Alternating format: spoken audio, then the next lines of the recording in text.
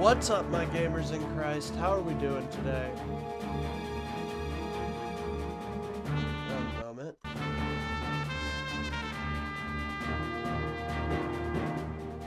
Turn that down just a hair. Just a hair. One moment. What's up, gamers? Today is the date of March 9th, 2026. It's a beautiful day.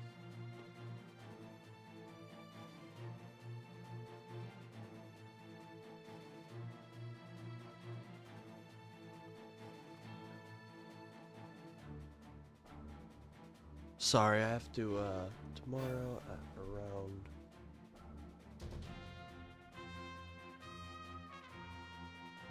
Hold on, I gotta deal with some scheduling things. One moment.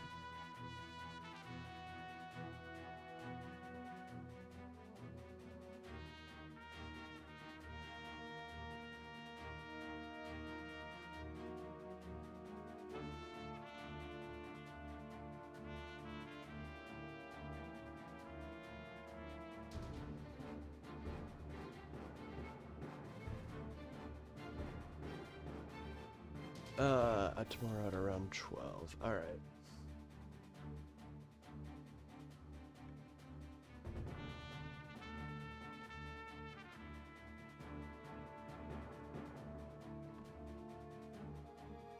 Alright, I'm so sorry, guys. I started this off a little fucky. I apologize. But today is the date of March 9th. We have a good show for you today.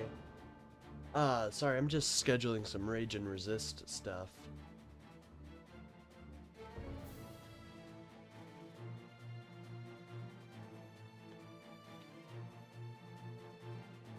Uh, 12 CST.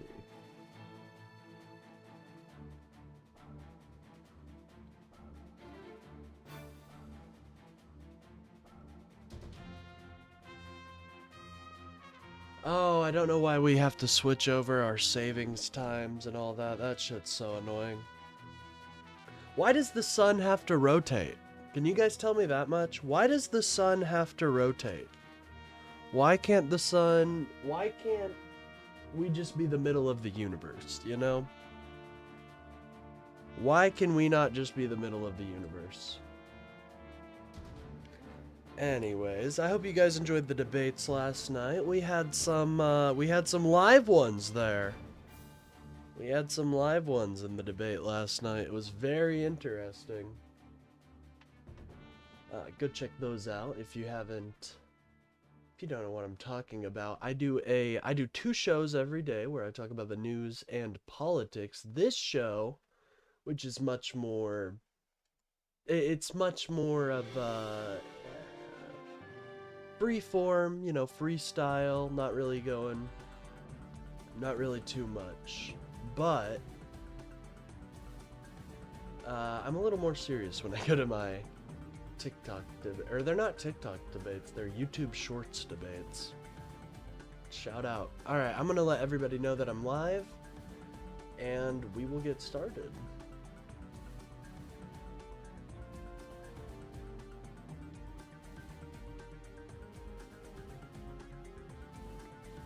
Now, I'm really trying to draw people to this stream because I get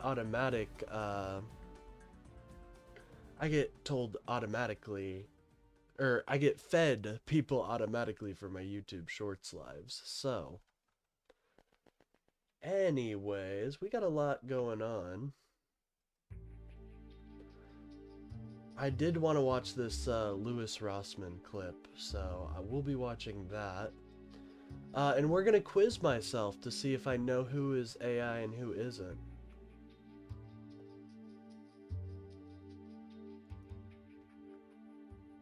Now, I feel like I'm gonna absolutely destroy this. But, we'll see. Hey, phew! Hey, phew! Oh, Jesus. I'm being attacked.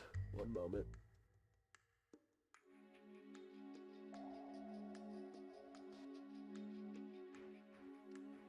Damn, Sneezing demons. Ah, they're bad this time of year. They are bad. You're kind of screwed if you don't do a hex against them. You're kind of screwed. Hey, what's up, Equal Playing? How are you doing today? Hope you're doing well. Thanks for stopping by the stream. This is my morning stream where we just kind of go over the news and play some video games together. My evening streams is when I'll be doing MAGA debates. We had some good debates last night, I'd say. Well, we had one good debate. I'm doing good today? That's great to hear. That's great to hear. Well, we'll get the main show started here in about 5. Well, I was thinking we'll probably play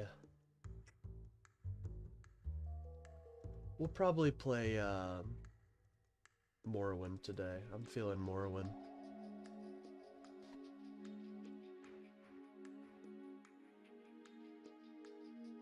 But by the way, guys, don't forget to like and subscribe. It really helps out the channel and gets me boosted out there. I do 2 shows every day here on YouTube where I talk about the news and politics. So if that interests you, or if any debates interest you, I do those at around 6 p.m. Central Standard Time.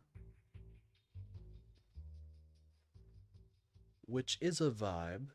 Totally a vibe right there. Highly recommend it, you know.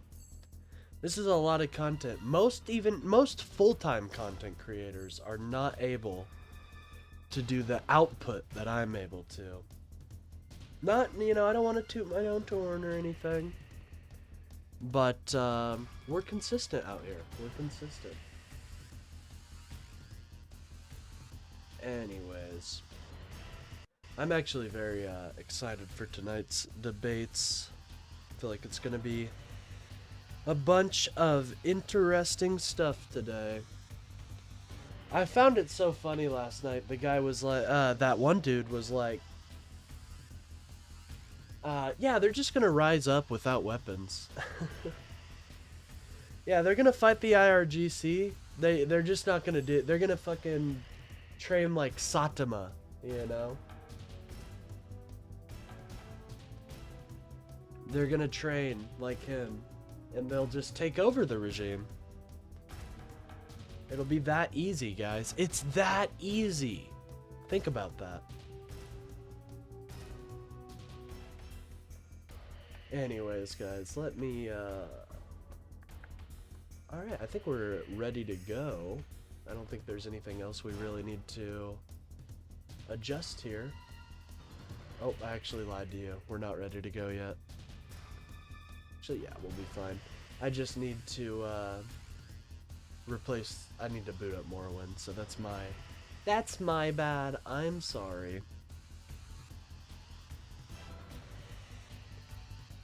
I've been really appreciating all the support I've been getting for the debate panel, or not debate panel, but the debate streams. So I really appreciate that, guys. You guys have no idea how much that means to me.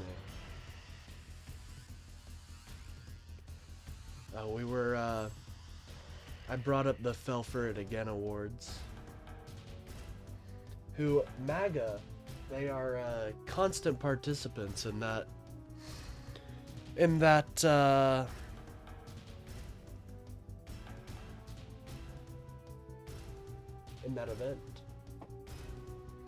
Sorry, I am just waking up. I always say, I like wake up an hour before this, and obviously I take meds for my mental, because I'm absolutely mental, but those don't quite kick in by the time I start the stream, so sometimes I unfortunately manage to get a little off topic, but that's fine, that's fine. By the way, tomorrow, guys, is Rage and Resist, so look forward to that. That is a show I do every week with my good friends, me, Rootsie, and Mina. And we talk about liberal related news and all that sorts of stuff. So if that interests you guys, make sure to like and subscribe. Hey, what's up, Kayla? Good to see you. Glad you found the horizontal streams. I know you're on here a little more in the morning, so I was afraid you may not be able to find my streams because they're not in vertical, but I'm glad to see they're telling you about my streams on horizontal as well. Hope you enjoyed the debates last night, Kayla. I really had a good time.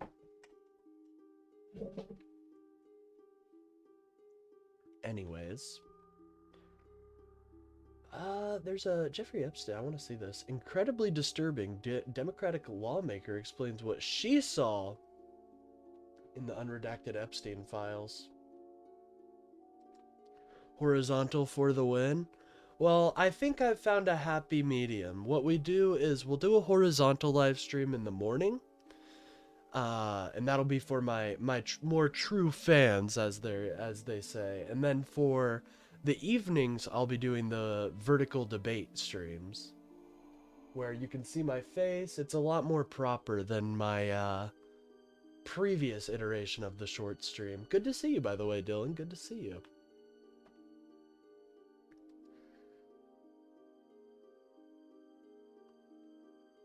Anyways, let me get started in Morrowind, and we'll start the React gate. But honestly, for the TGD EU fans out there, you guys are getting blessed. We are going to have so much content coming out here soon.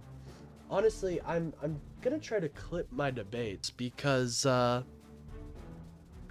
think I do have some epic moments, you know what I mean? That I think I really school MAGA on.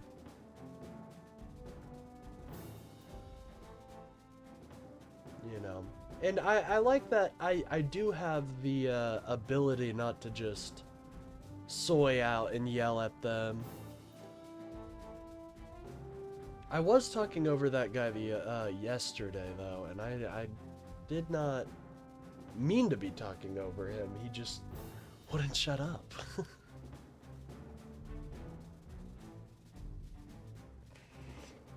Good morning. Right now it is 8:16 here in Seattle, Washington. That's the time. I'm normally on YouTube, and by the way, I'm finally done with Legends. Well, congratulations. I know you were on that for a while, so I'm glad to hear you have completed it.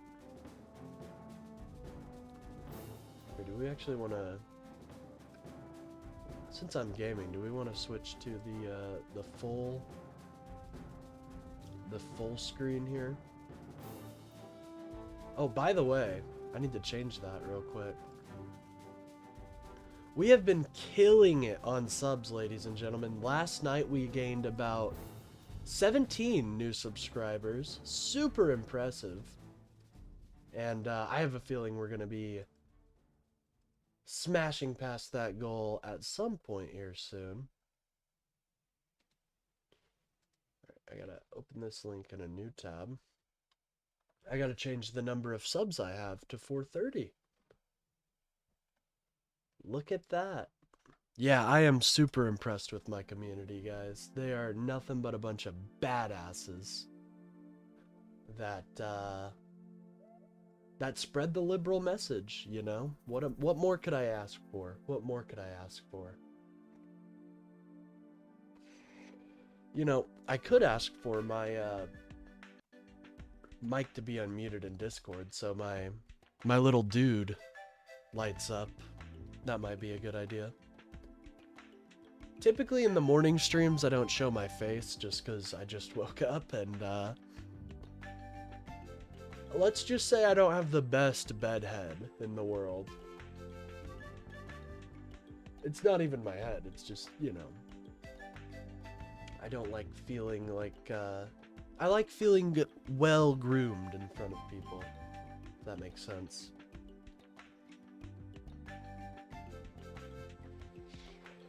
Anyways, in terms of news, I mean, we don't have much that we haven't even, already covered.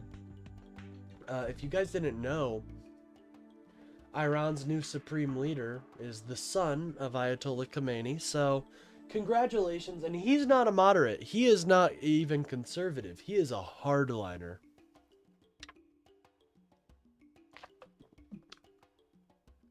Who is definitely going to oppress his people more, so that's great. But guys, the people just have to rise up. You know, it's that easy. It's like, you know that Drake meme? It's like Donald Trump is doing that to the Iranian people. And they're like, oh, you just have to rise up. Okay. I didn't realize that was the case.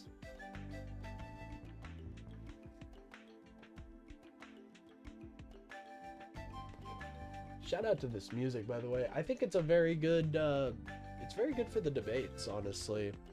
It's got a nice chill vibe so people don't, aren't immediately withdrawing. So this is the music, and if you guys want to know what music this is the original soundtrack of Front Mission 4. It's a mech-based strategy game. Actually, the first game I played here, so... Alright, let's get to the news. Let's get to the actual news and politics, though. Is it still named News and Politics? I did rename it, didn't I? Yeah, I did. Oh, and also later today, guys, in the stream, we're gonna be testing if I can tell which one of these suckers is human and which one is AI. I think I've got a good good nose for this kind of stuff. This all started because I've been fooled. I was tricked by some rapscallions who made a video of octopi and it was AI. So that's good. Anyways, let's start out with this Forbes piece. Incredibly disturbing. Democratic lawmaker explains what she saw in the unredacted Epstein files. If you guys are enjoying the stream, don't forget to like and subscribe. And if you guys aren't subscribed to Forbes breaking news, well, you better be. Anyways, let's begin. Hi everybody, I'm Brittany Lewis, a breaking news reporter here at Forbes. Joining me once again is Congresswoman Debbie Wasserman Schultz. Congresswoman, thank you so much for joining me. Thanks for having me as always. Oh, I think we watched this already. Why did they put this 2 hours ago? We watched this already. We watched it. That's silly. Alright. Well, hey, shout out to MS Now. They're serving us up something. MAGA civil war over Iran strikes. We are in the middle of an Uh-oh, ladies and gentlemen.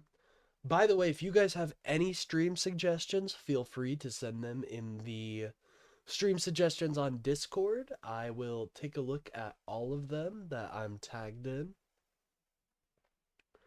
So, yeah, look forward to that. Anyways, let's listen about this MAGA civil war. Let's see what's going on there.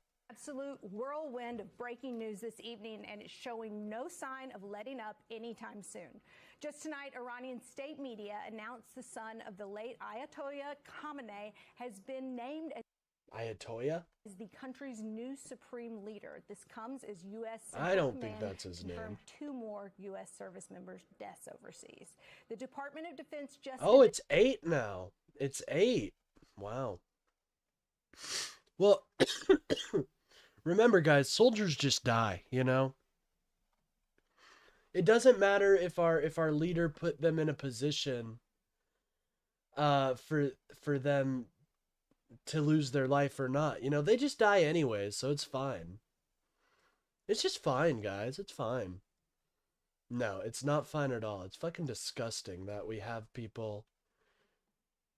Oh, no. Oh, no. Okay, what are you doing? Actually, you want to recharge my magicka real quick? All right, we got 77. I think each hit. Yeah, he's recharging my magicka. Let's go. You know, I mean, this is pretty efficient. You just let this guy hit you a couple times. I'll take it, man. My magicka is very bad, so I'll take any of the help I can get. Shout out to this guy. What's your name? What's your name, man? You got her name or no? All right. Well, thanks for the recharge. I really appreciate that, man. Taking a little bit of the health there, but that's all right. All right, later, gang. Dude, that was sweet. Damn, I don't want this guy to get killed by these dudes. He's very useful to me alive. Identified one of them as Major Sorflight Davius from Queens, New York. He died Friday in Kuwait as the result of a non-combat related incident which is being investigated. Major Davius also served with both the New York Police and Fire Department. That news comes one day after President Trump attended the dignified transfer for the first 6 Yeah, and this little fuckhead. Ooh, I'm gonna be bringing this up in debates tonight. Look at this little fuck at the dignified service or dignified transfer. He's wearing some of his own fucking merch. What a scumbag. Dover Air Force Base. ABC News asked him today whether witnessing that solemn event gave him pause. Trump replied in part, quote, not at all. The parent. Wow. No, not at all. People, U.S. citizens dying? No, who cares? Said to me, please win this for my child. This comes as major cracks are starting to form in the Republican Party over the war. A recent NBC News poll found 77% of Republicans are overall supportive of Trump's strikes on Iran. That's a far cry from the universal support Trump has enjoyed in the party for years. That split is just as visible within right-wing media. Many top voices who backed Trump in 2024 are now coming out against the war. Watch. This is Israel's war. This is not the United States' war. Bibi's not dumb. Great. He would know how to talk Trump into it, which is clearly what he did. The only reason it looks like we're in there is just because Israel needs it. To be honest, like, I think we might. Can we forgive Andrew Schultz? I don't know. He has been, like, pretty consistently shitting on the Trump admin recently. Obviously, we don't forget what he's done, but, I mean, he doesn't really seem like he's bought into all the true MAGA bullshit, but I could be wrong. I don't know. To me, it seems like he was just one of these idiots that got sold a bunch of lies. Yeah, I mean, because the son of the Ayatollah is such a better choice. You killed his dad. Exactly, dude.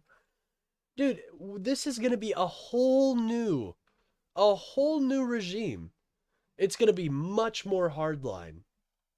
Because that's what his son believes. His son does not believe in the conservative stance. He believes in the hardline stance.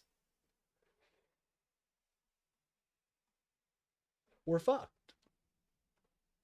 And if they didn't want to build a bomb before this, oh, my friend, they are definitely building one now. Shit, and I don't even think they would care if it's a proper nuclear device or like what I constantly reference, which is a dirty bomb. A dirty bomb can make an entire city uninhabitable for years, for not years, centuries. What percentage of Americans support the war in Iran? I haven't seen the polling recently, but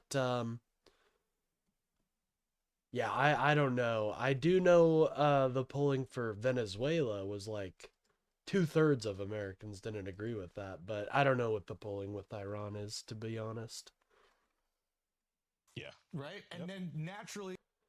But like, I don't know, this Andrew Schultz guy, he doesn't seem as bad as the other ones. He seems like you could potentially convince him to vote Democrat. Maybe I'm being too fanciful, but I feel like if I had a conversation with this dude, I could convince him to vote Democrat.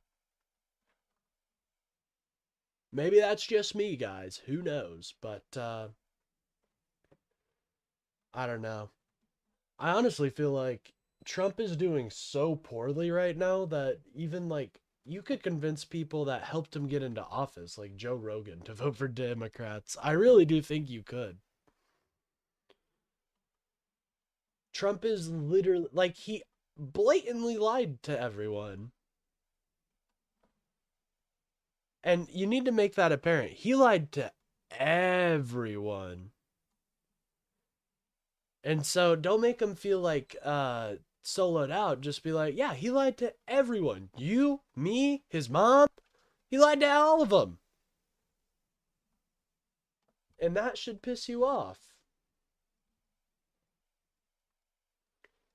You know, you got to make it kind of a little bit collective to make sure that they're not feeling, you know, soloed out or anything. That's just my strategy, though. I know a lot of people disagree with me trying to extend the arm, but this is a very important fight, in my opinion, to fight for a better future, in my opinion. A future that is far less divisive. Anyways. The Americans are furious about it. Joining us now is former New York Congressman Max Rose. He's an Afghanistan war veteran and a senior advisor. I would have supported it if it would have been done lawfully. Well, yeah, exactly. So here's my thing. I think the Ayatollah is disgusting, and I am not anti-interventionalist, believe it or not. I am not anti-interventionalist. I believe America should use our power to spread freedom, democracy, and democracy. But this is not how you do regime change. We know how you do regime change, okay? The first step isn't wonton bombing them. The first step would have been taken years ago. Maybe under the first Trump's term or maybe Biden's, but we would have had to set up CIA assets or some form of counterintelligence asset, an intelligence asset to create through lines for weapons to go to the citizens of Iran. And so when there's a popular uprising that, like what we saw unfold a month or two ago,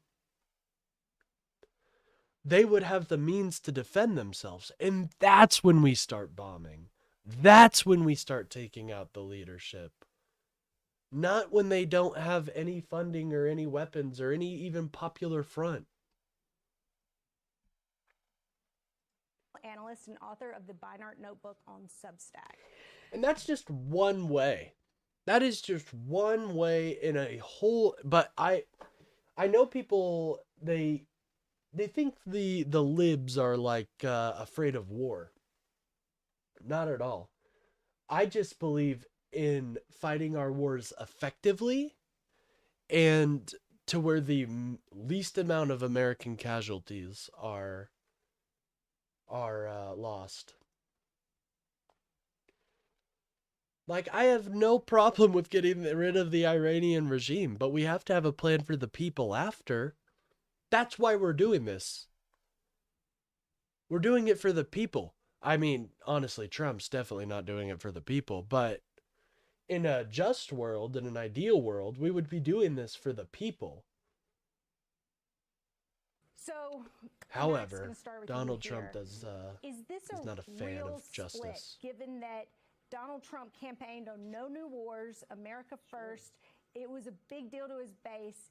Is this going to actually splinter his base of support? It's splintering it right now because Donald Trump very clearly lied to his voters, just like he lied to them that he was going to do something about the affordability crisis. What's shocking, though, is when we compare this to the war in Iraq 2 decades ago, where George Bush and the Republican Party maintained a powerful political base for several years. Of course, they went on to Folks, win the I midterm just want to.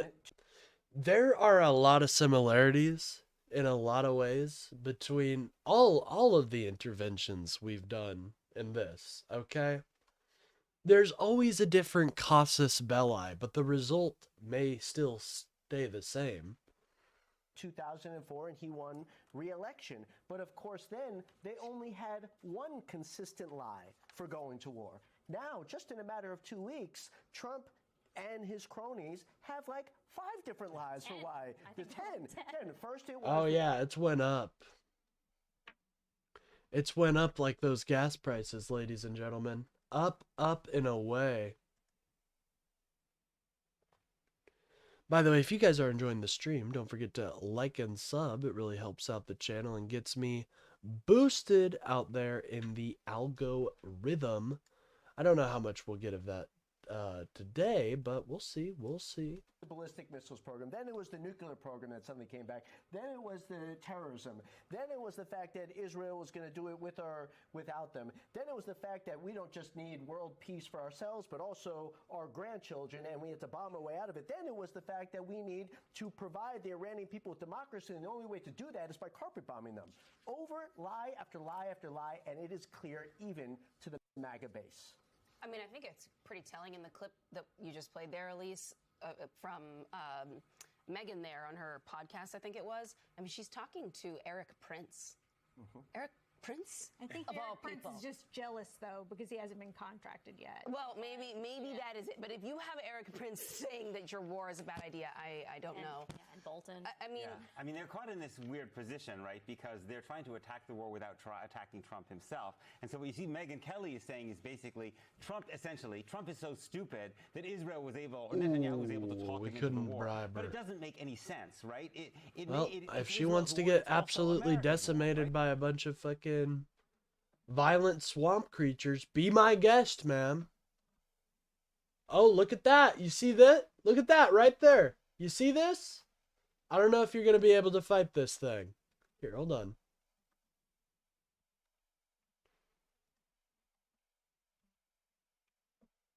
You see this, ma'am? This right here? This is why you need an escort. This right here is why you would need an escort. But whatever. Whatever. Hey, up to you, dog. Up to you. I was literally going to pay you money to escort you, but whatever. I'm just going to fucking take this corpse meat. Have fun. Think there's another one down there, so be careful. Fucking penny pitchers, man. Why do they have to save all that money? Right? Because Donald Trump decided to bring America into war, and he decided to allow Israel to attack Iran, because America could have stopped Israel if we wanted to, right? And so I think ultimately it's untenable for them to try to walk this line where they oppose the war without holding Trump responsible for the war. Max, House Minority Leader Hakeem Jeffries was asked earlier on Meet the Press whether he will vote to block additional funding for the war. Let's listen to that. As the leader of House Democrats, do you plan to block all Pentagon funding, even if the argument is it is critical for military readiness? Well, we'll cross that bridge when we get to it in terms of if the administration makes I like Jeffries. He's very tactful. He's very tactical, in my opinion. He's a very tactical individual. Yeah, we'll cross that road when we get to it. Right now, they're not even addressing our concerns, you know? Let's talk about that. Let's talk about how they refuse to modify ICE to make it to where they can't racially profile. Let's talk about that. Congress to consider additional funding. What do you think Democrats should be doing here? They should actually be able to separate this into 2 separate points. One, which I think we all would agree on, that when it comes to service members currently stationed in the Middle East, we should not leave them high and dry to fend for themselves with just their boots and their bottle of, their canteen of water. No one believes that. but you need to de-link that. You need to force this to be de-linked from the larger question of continued appropriations for an ongoing war that Congress has not had the opportunity to vote on, to approve or... See, I think this is a weak argument because there have been administrations that have done, all administrations have taken military action in a similar way. I don't think it's like you're right, but unfortunately it is a precedent. I think the much better point is to bring up how this isn't, just play it out for people. If this is how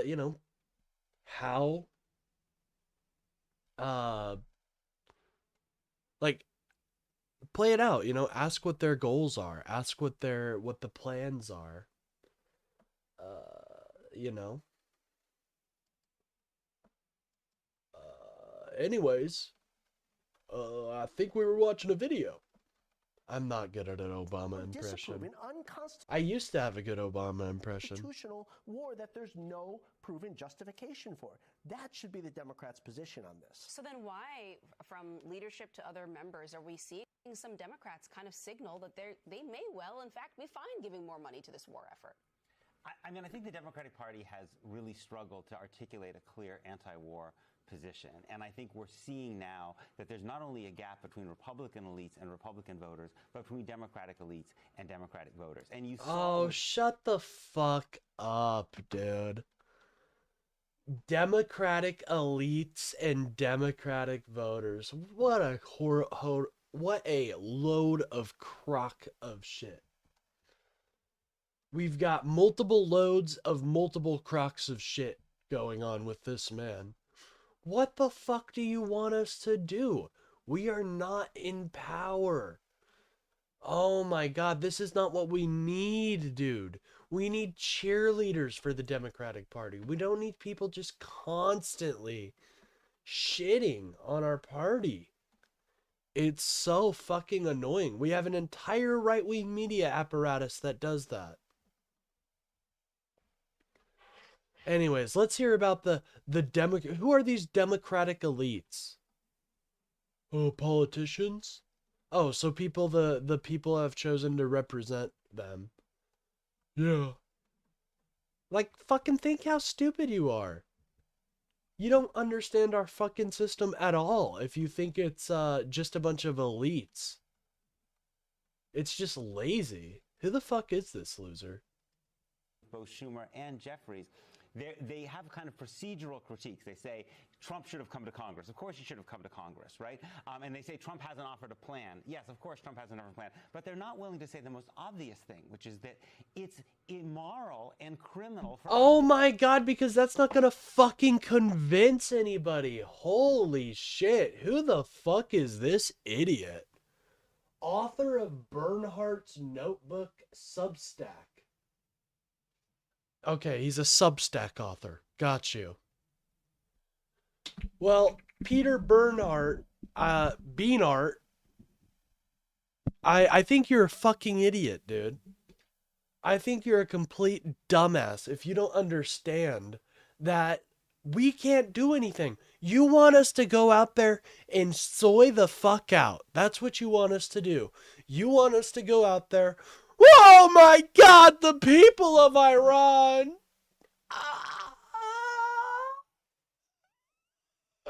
It's immoral! It's illegal!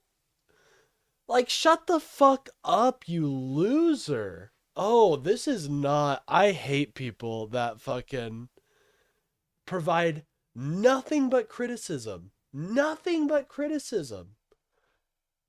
Anyways... Oh my God, the people of I'm so sad. Do you really want us to cry for the Ayatollah?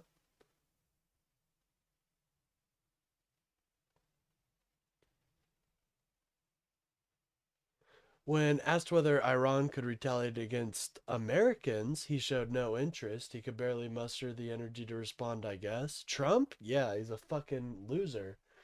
But people like this are bad for our party, dude, because like We need cheerleaders. There is always, you know, criticism can be fair, but this isn't criticism. This isn't criticism that's valid. We tried the emotional route. We tried bringing up criminality. It lost us an election.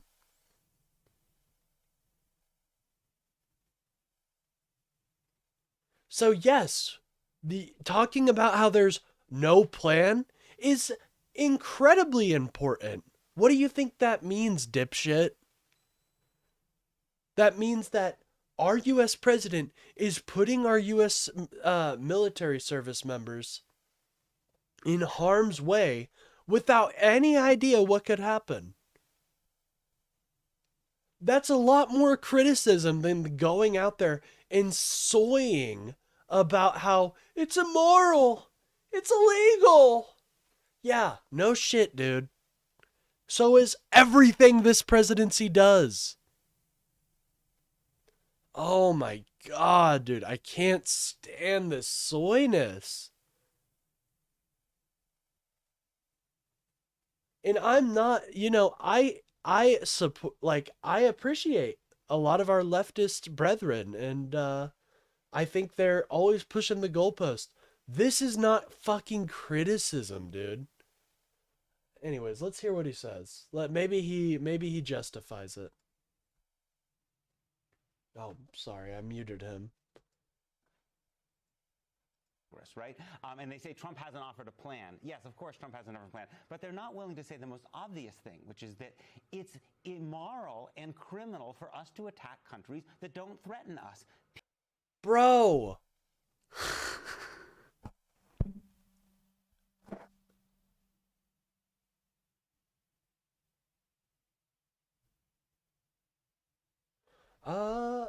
Oh, somebody asked if I didn't see you message there, Pars.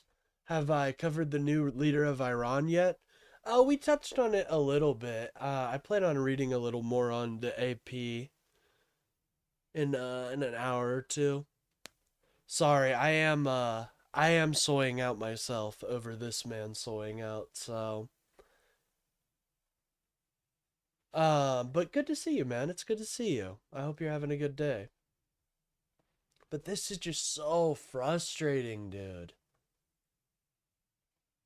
Yeah, Iran has threatened us a lot, man. Like, that's not a good reason to bring it up.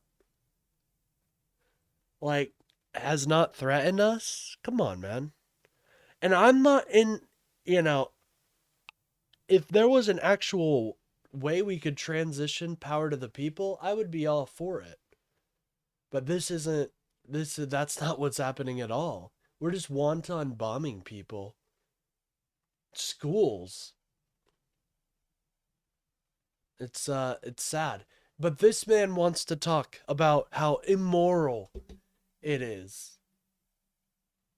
Like, no shit, dude. What has Donald Trump done that makes him seem moral?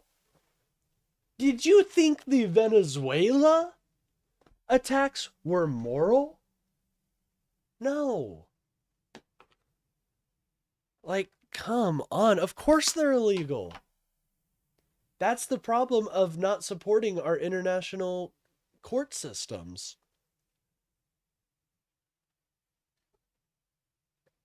Oh my god, dude. I'm sorry. MS Now is usually really good.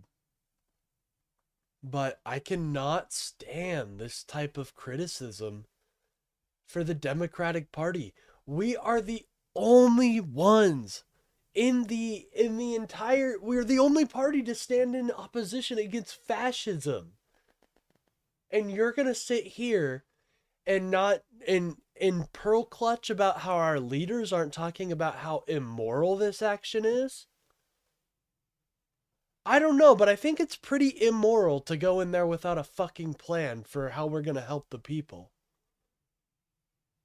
All right, I gotta stop.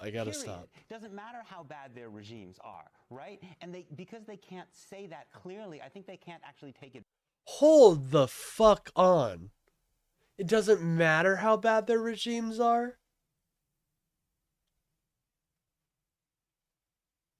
I don't know, man. I support,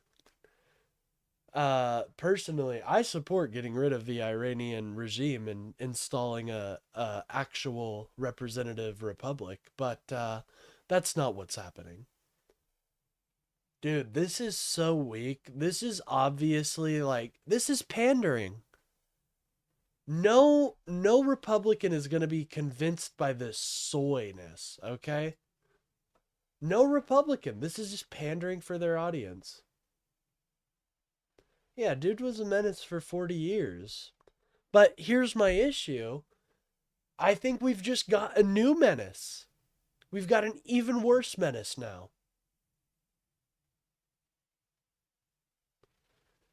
A hardliner. Think about that, guys. Instead of a conservative like his father, he's a much more hardliner. Like, if they didn't want the bomb beforehand, they're definitely getting it now. To attack Iran, because America could have stopped Israel if we wanted to. Oh, okay. Let's hear his criticisms for Israel. I bet they're very interesting. Okay.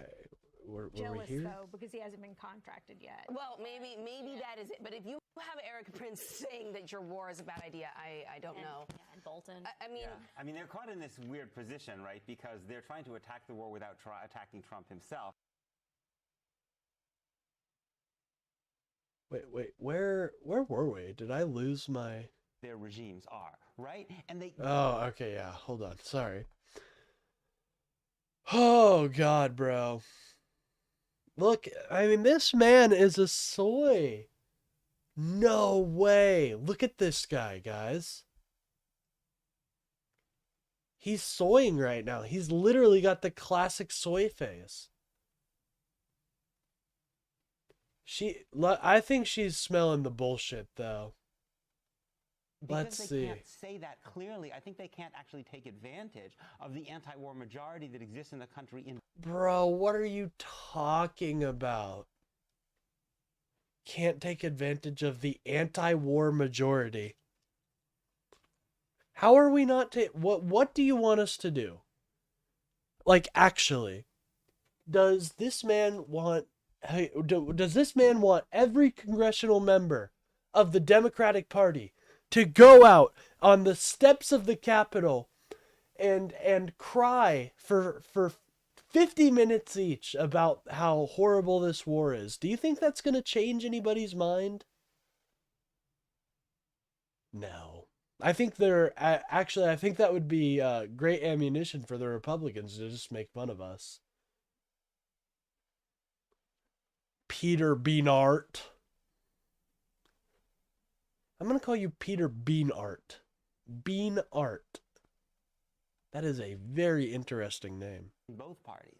So what do you think is the animating ideology then behind the war, right? I mean, we know it from an Israeli perspective with Benjamin Netanyahu, who has been very clear about regime change, and for a variety of reasons, seeing Iran as an existential. Yeah, please get this fucking loser off of the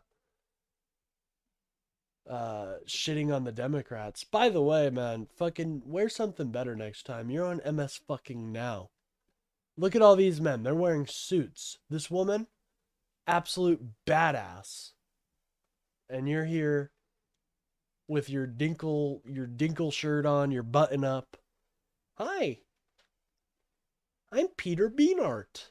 Threat. Some people don't think that Iran was really an existential threat to Israel, and certainly it's not an existential threat to America. What do you think is the animating ideology behind why Donald Trump decided to go along with Netanyahu in this war? I think Trump thought that the assassination of Soleimani worked for him politically. He thought that the 12-day war worked for him politically, and he thought that Venezuela worked for him politically. And I think, frankly, he loves the idea of blowing things up. I think. Okay, what is this? This is not MS Now. If you can hear me, through the ether waves, please do not have this man on anymore. Okay, I'm sorry. I can't keep making fun of this enjoys guy. cruelty, and I think he enjoys using this military as a toy, and he thinks it makes him. See, look at, you can tell he's pissed. He is pissed. He knows damn well that the Democrat, anyways, and he knows damn well how stupid this criticism is. He likes to blow things up. Wow. Wow, really? You don't think there's any, like, motivating ideology that he carries? You think it's just he likes to blow things up and it looks good for him politically? No, Donald Trump has been orienting for this for years, which is why it's so shameful that he just went in wanton like that. And this type of criticism makes Trump seem less of a threat than he actually is. Because what this is doing is it's just making Trump seem like a big dumb child. And he is a big dumb child, but he's not a big dumb child like he's not a child. He's a big dumb adult, okay? And he's not just somebody who likes to see things blow up. Okay, there is a motivating ideology behind this and motivating views. They're wrong, but you have to actually counter them when they bring them up. So it's a fair criticism, and this is super easy to dismiss by any right-wing commentators. Look big and politically strong. He's not smart enough to understand. Dude, this is dismissing him. He's not smart enough. This right here is why I hate this so much. They're dismissing him, dude. He's completely dismissing.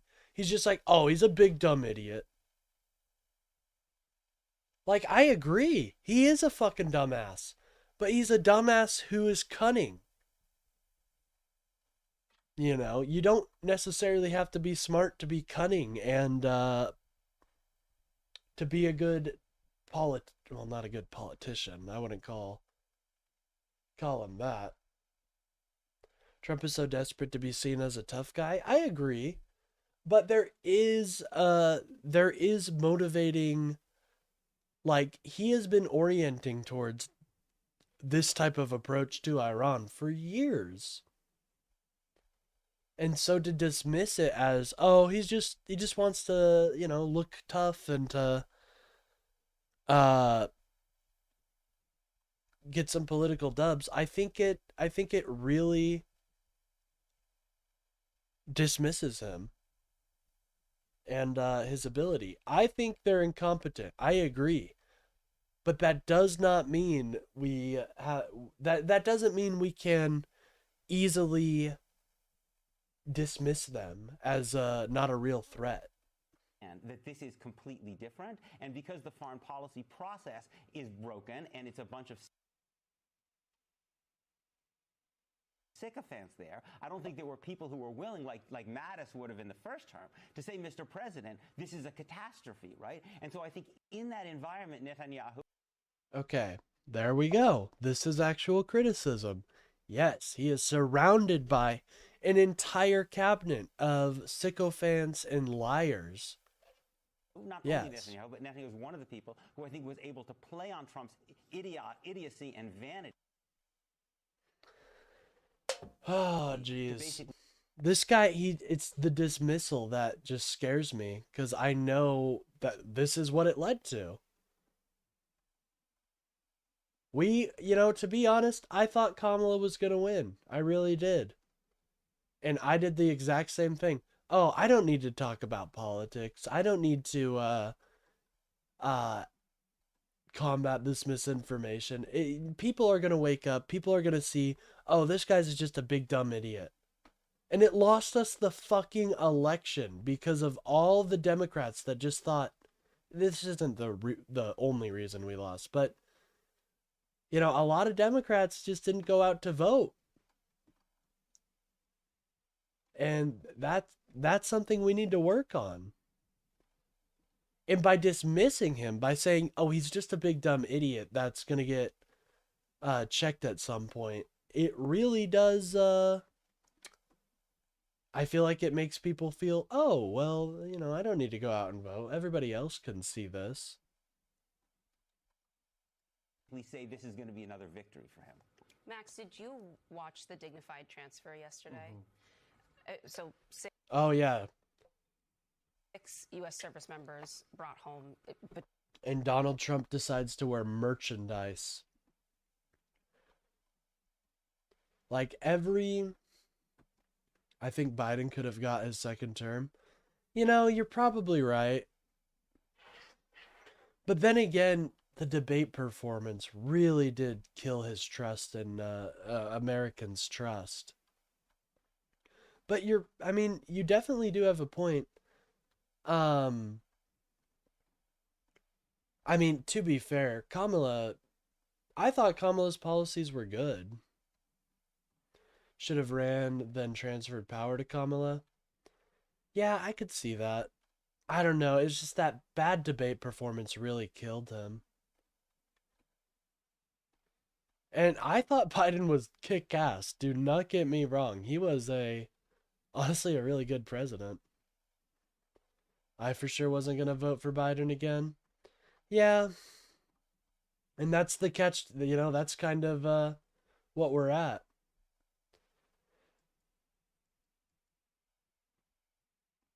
Oh my God, this is not a crime. No way this is a crime, dude.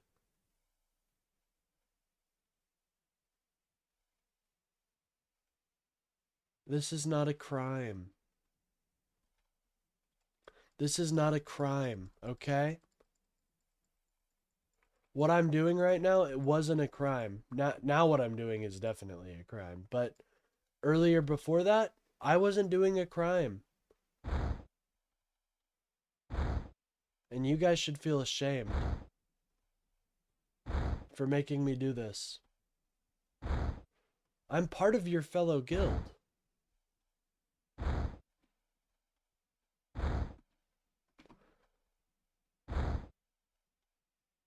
Anyways, let's go kill this entire cabinet.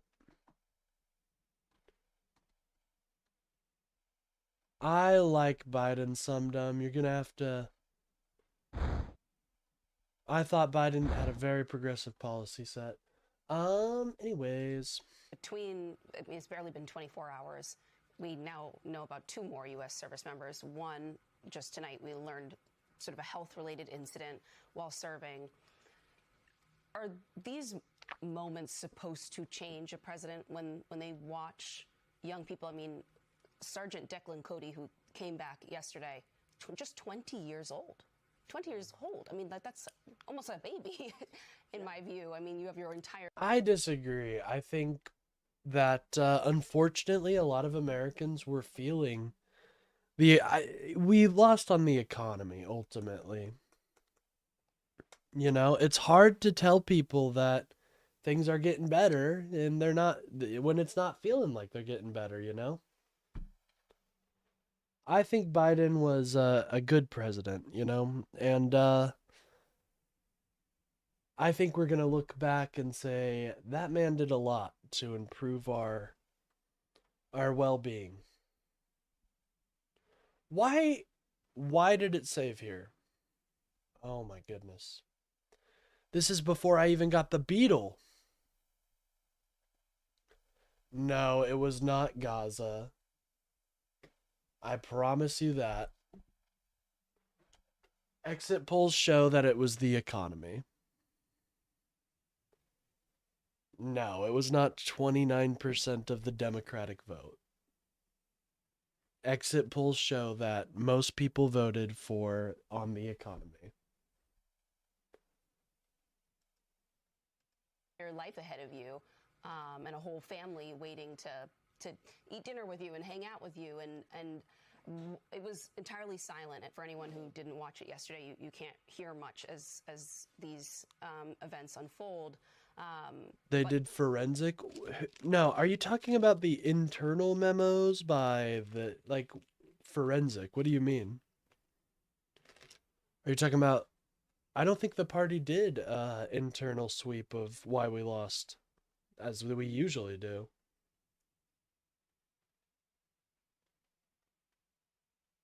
And I don't know how you would get that data. Fifth health declining. I think Joe Biden was a very good president. And I think that a lot of right-wing media painted him as somebody who wasn't all there. But if you look at the policy he passed and you look at how he addressed internal memos that they refused... Well, I don't know if I would trust that necessarily. I'll look into it, but I don't think it was Gaza, man. I think it was the economy. That's why incumbent parties everywhere got lost.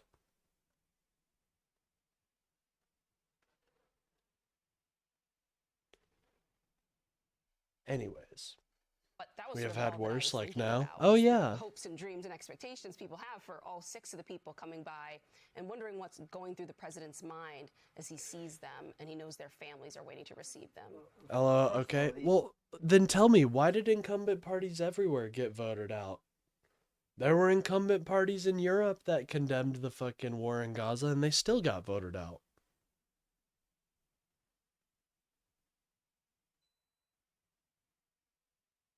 Yeah, and the economy is an even worse state. Now with the gas prices going up, it's going to get even worse. Gas really is one of those, it is a very politically advantageous tool if the numbers are in your favor, but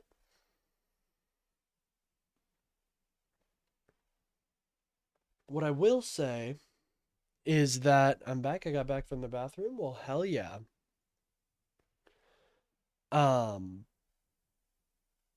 Europe and the US are not the same. Oh my goodness, man. This is cope. This is cope. I'm sorry. It's a little bit of cope. These young men and women in uniform are the absolute best that America has to offer, and all they wanted to do. And the reason for that was because of Joe Biden. The reason for that was because of Joe Biden. And just like we said, we talked about this earlier, Joe Biden was holding them far more accountable than Donald Trump ever will. They signed the dotted line to make the ultimate sacrifice to this country. And what they expect in return is that our nation's leaders will actually treat that. No, man. It sounds like cope coming from you. I hate to say. I gave a great example of how European parties got voted out even though they condemned the war in Gaza, and you say they're different. Well, I can't really do much about that, man. I don't think they're that different. If I was to go to Europe, I don't think I would be treated very differently as if I was in America. So, potential with respect and follow a comprehensive. So, I get what you're saying about the distraction part, and to some extent I do agree. However, I think it is within Donald Trump's this is definitely something that is within his purview. Well, hey, Timmy, we actually got some interesting news about the files. Did you see the 50-page memo that the DOJ finally dropped? I was thinking about going over that in this stream, but it is some pretty disgusting shit. Responsible process prior to making these very macro strategic decisions. And in actuality, what we have seen over the course of the last 2 weeks has been the strategic incompetence of this administration juxtaposed against the continued operational brilliancy of our military. But this is a situation that nobody could get out of with perfection. But what I would also say here is that this is not the first time that Donald Trump has done this type of ceremony. So it should have already been ingrained in him, the potential. Who did worse economically cared more about the economy, where Biden, who did better economically, is also the same issue? Yes. Yes, we were recovering, but people still felt those prices. Do you remember the eggs? Do you remember the debates about grocery store prices? That was far more in people's purview than the war in Gaza.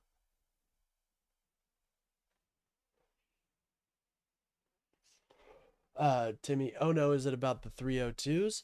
So, that does not sound like cope. No, my friend. How is that cope? I'm giving you examples of how people were talking about grocery store prices.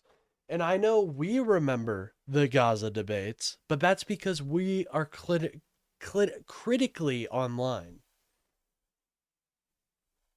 Yes, I also remember the Gaza debates, and I do not want to go back. Those are very interesting. For this sacrifice. And unfortunately, it appears that it wasn't.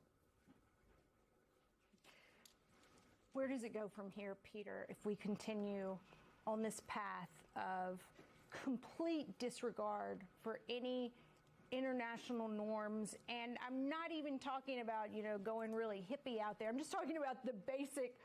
How do you organize a protest over the economy? Like, how would you do that?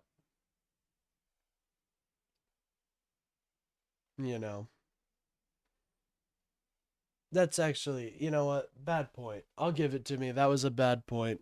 Give me a negative point. Bang. No, I agree. There were mass protests about Gaza, but I don't think it shifted the needle, man. I'll have to look at the memo, but no use in crying over spilt milk. Now we just need to focus on what we can do in the future. You know what I mean? Laws of war, Geneva Conventions that we always follow. Where's the coming back from this years from now? I mean, the first thing we know is that other countries will learn from this, right? Russia, for instance, when Russia invaded Georgia and then Ukraine, they cited America's attacks without UN Security Council approval in Iraq, right? So if you think about other... We need to learn? We did learn, dude. What are you talking about? We did learn. We'll have to show you it come these midterms with our candidates, but we did learn.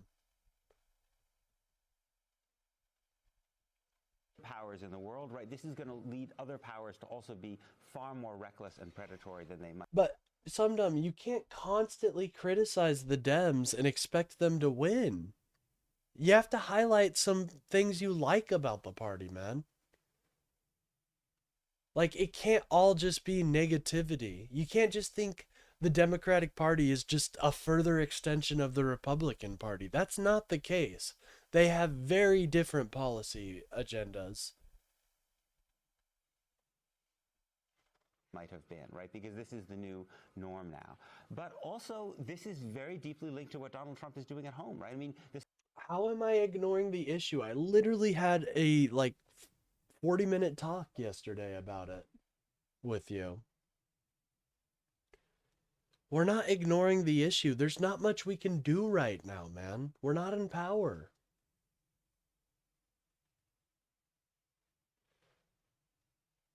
I think we've accepted that we fucked up, my friend. I don't see why you don't see the difference. I don't know. The same basic template, which is lawlessness and spectacular, brutal violence that we see Trump inflicting in Iran, we also see him inflicting on the streets of Minnesota and other places. And so I think the Democrats really need to link these two things rather than seeing them as separate. Weird point. But anyways, shout out to MS Now. By the way, great name. Can we all agree?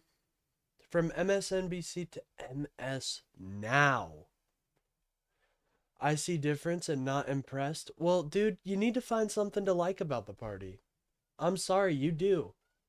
It is your job to find something to like about the party right now. We're fighting fascism. There is someone in the party that I guarantee you like. Whether it's Mamdani, whether it's AOC, whether it's Bernie Sanders. The constant criticism does not help our cause, dude. It makes us seem weak.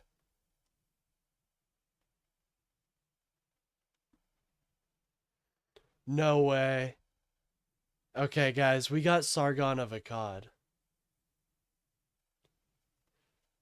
I think the party's job... No, the party's job is to write good policy and get good policy passed. That's what we elect them for. We don't elect them to be social media stars.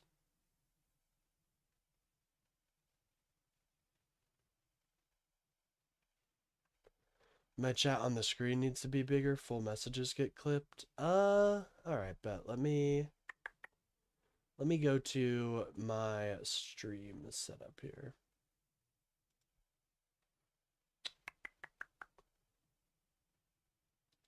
Policy that I want? Well, it's not, you have to find compromise, man. I want a public option. I want healthcare for all. I know I'm not going to get that right now. But if I elect leaders and we highlight good leaders that do want that, we can see it get passed someday. Do you see it getting passed with this Republican majority? I don't think so. What about Sargon? Oh, well, we seem to have, yesterday. Was it yesterday we were going on the Sargon of Akkad hole? Or was it the day before? Well, we went on a Sargon hole recently. Here, I gotta send a test message. Let me know if you guys can read that. They won't give it. No, my friend. If we don't elect Democratic leaders, we're gonna get fucked.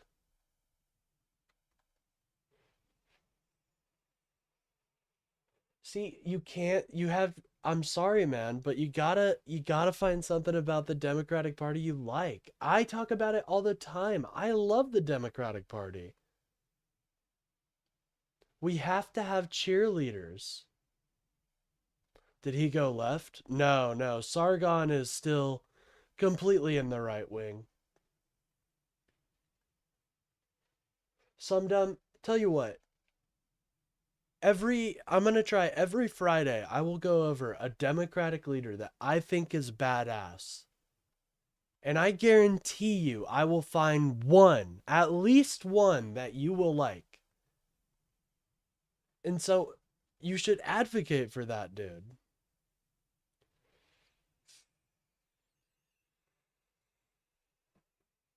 We had a majority in the House and Senate with we did not, hold on, we did not have a sweeping majority across the House, Senate, and executive.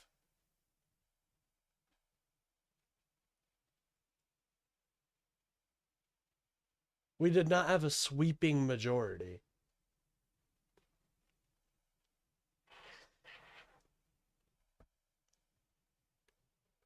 Anyways, let's get off the lefty bat. Let's get off the left and lib fighting.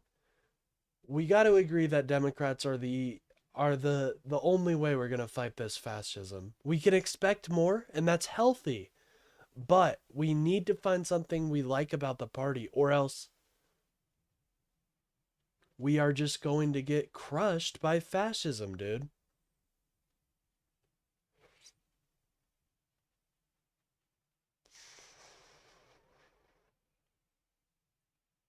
And also just try to reach compromise. I know it's frustrating. Trust me, it pisses me off. It pisses me off to no end that we don't have free healthcare.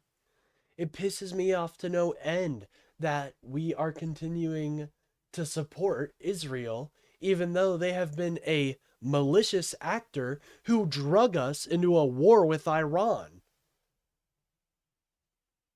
Trust me, I am pissed. I am very pissed as well, but there are processes to getting this stuff done. And there are ways that actually work. And I'm telling you, finding an elected official, advocating for them, getting their name out there, that actually works. There's a 3-minute delay between chat and the screen. Yeah, I know the delay is pretty bad. Unfortunately, that's just the latency, unfortunately. Let me try to see if there's anything else I can do. No. Yeah, I need to turn my latency down. I keep forgetting to turn it to ultra low. I am so sorry about that, guys. Anyways, let's... I don't know. Sargon looks like he's gonna be super racist in this. So, let's hear it.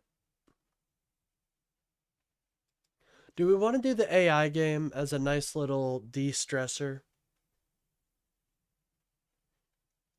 I mean, these people look... I don't know. So if you guys don't know, this is a test. Below are 24 faces, okay. 8 of which are of a real person. And 8 of which are AI generated with a GAN. And 8 of which are AI generated with text to image or diffusion process. To see if you can tell the difference, select the 8 faces you think are real and then submit. So there's 16 fake faces here, and there's only 8 real faces. So I have to select the ones I think are real.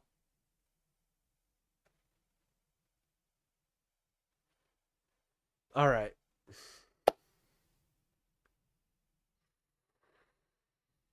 This is the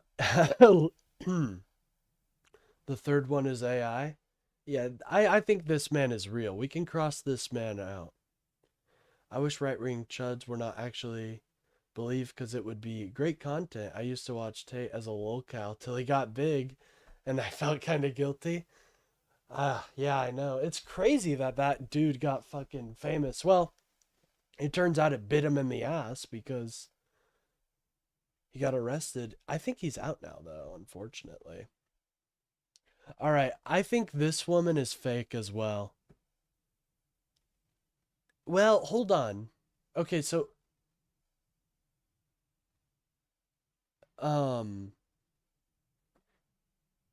Actually, I don't think this... I think these people are real. Okay, because similar backgrounds. These guys took them at the same place. So I think this one's real and this one's real. All right.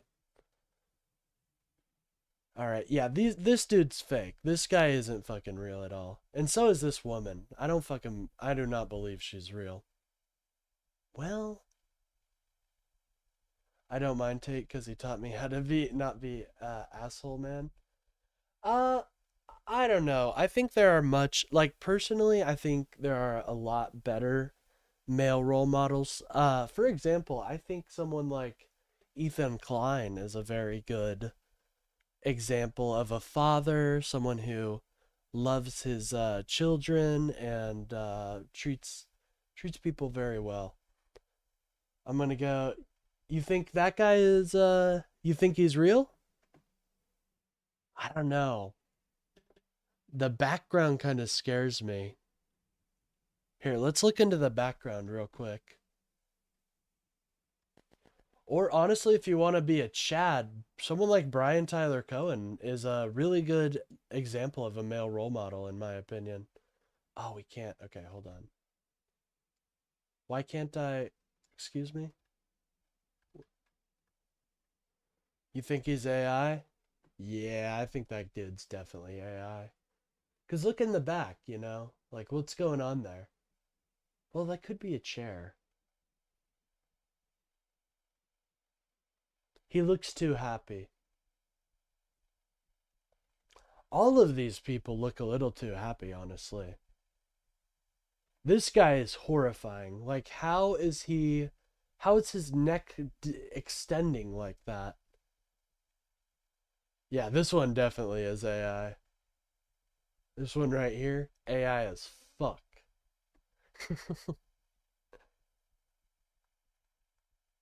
It's probably easier to tell by the background than the face themselves. Yeah, probably. But the one next to it looks like he's been on a coke bender. Yeah, dude, this guy looks like he's ready to fucking party. This guy right here, he looks ready to party, dude.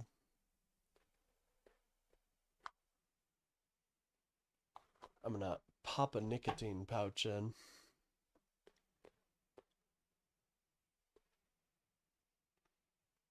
What about, yeah, I don't believe this guy's real. Look at his neck. It's so scary. Here, let me put on some music while we decide on this. Excuse me. Yeah, I don't know. I think this guy's real. I don't know. What do you guys think? Actually, no. Look at his teeth. Imagine if all the faces are real and it's actually just a racism test. I hope not. Yeah, aw, don't do my boy Hunter Biden like that. I was about to say, I thought you were saying Don Jr. Now, Don Jr., that motherfucker on a coke bender from hell. Alright, I think this guy's real. I'm just gonna say it. I think he's real. He's got beautiful teeth. He's smiling. The lines are matching up. I think he's real. I think he's real. This woman, not so much. I'm not believing in her. I do not believe in her. She looks too happy. And also, hold on, I'm cooking. So also, if you're looking outward, there's two layers of light coming in, ladies and gentlemen. Her hair? Yeah, that too. That's a great point as well. Yeah, her hair is sus as fuck. I was coming at it from the lighting angle because if, like, God, I hope this isn't a real person. But it looks like the light is coming off of her skin and it's reflecting back. It's like another window and it doesn't quite work. Yeah, that's not a real person. All right. What do we think about this man?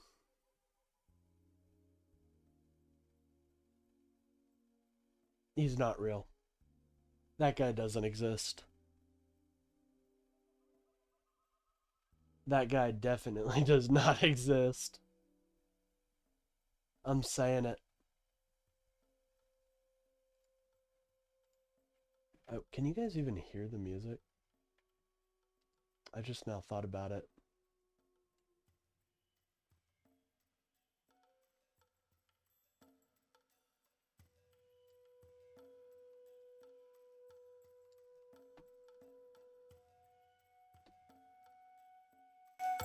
Whoa.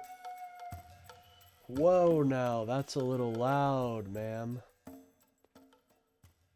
That's a little loud and rambunctious there. You can tell Coke Guy is fake by the weird blurry lettering behind him. Oh yeah, definitely. I think that guy definitely fake. Now this man, he's fake. This man, on the other hand, oh my god, immediately start playing the loudest fucking song you can. Thank you. I really appreciate that.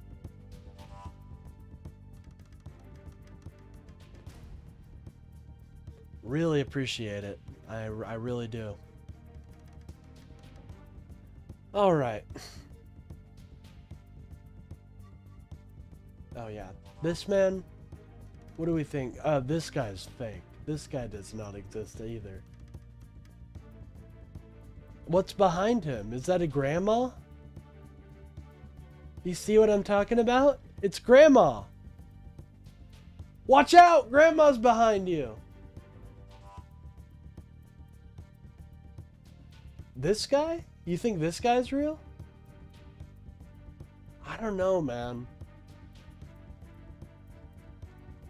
I'm not convinced by the... I'm not convinced just by the background. The guy with blonde hair. It's weird, blurry. Have we hit the guy with blonde hair yet? Oh, guy with... Yeah. He's definitely... I think he might be a little behind, Steph.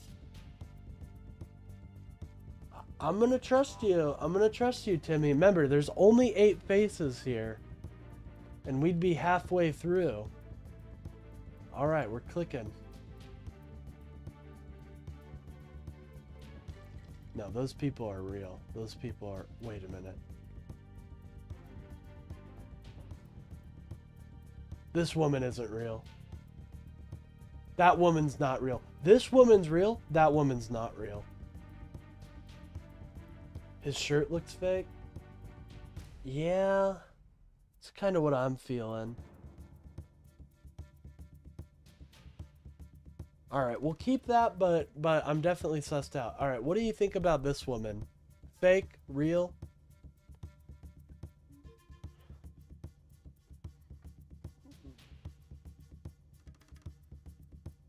Oh yeah, the guy with grandma. The guy with grandma. I don't know. I don't think this woman's real. I think she doesn't exist either. That girl doesn't exist. And I don't think this woman is real either. Originally I did. However, I feel like they fed the AI this image and it put out this image. That's what I feel.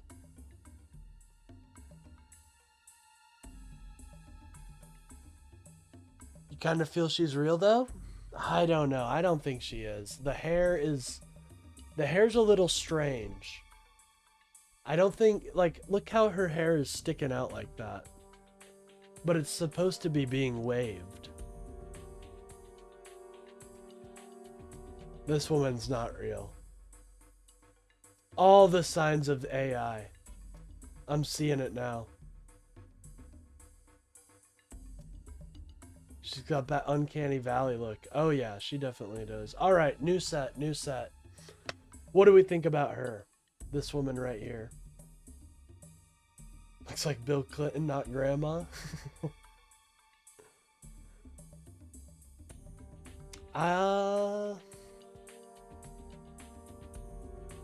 Alright, so this one is a little hard.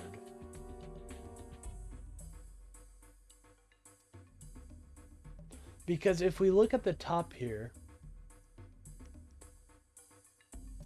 I'm feeling a little sussed out by her. I'm gonna be honest. How are you guys feeling?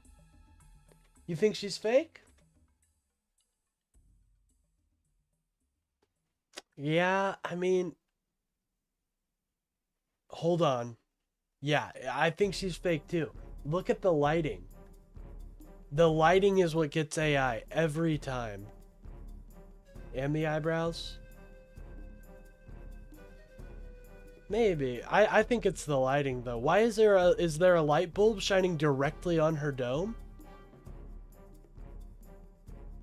That's sus. That's sus. And then look at the lighting here. It's like dark. That shouldn't be the case. Unless she has like an extremely weak light above her. Moving on. This woman is horrifying. I hope she's not real. I don't think she is. This woman's fake. This woman's not real. This woman's real. This woman right here is real. I can just tell. She's doing a funny face. You know what I mean? AI doesn't know how to do funny faces. They know how to do horrifying faces that give you the creeps.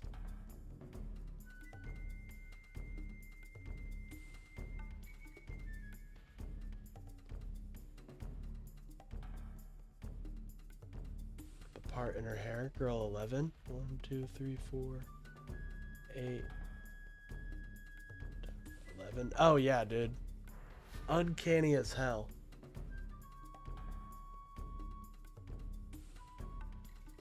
But this woman's real. I believe that woman is real. Alright. What do we think about this man? What is he trying to sell me? Just type in salesperson in a casino or in a beautiful resort. You got him. That guy isn't real. That guy does not exist. His hair too. You know, if you're at that man's age, you're gonna have a little male pattern balding, okay? It's fine. It's actually healthy. Oh yeah, fake as hell. Alright. Let's move on to this woman.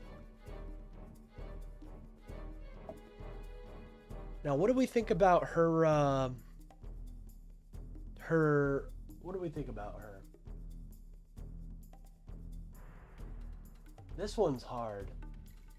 I don't think she's real. She could be, though. I have no idea. This one's hard.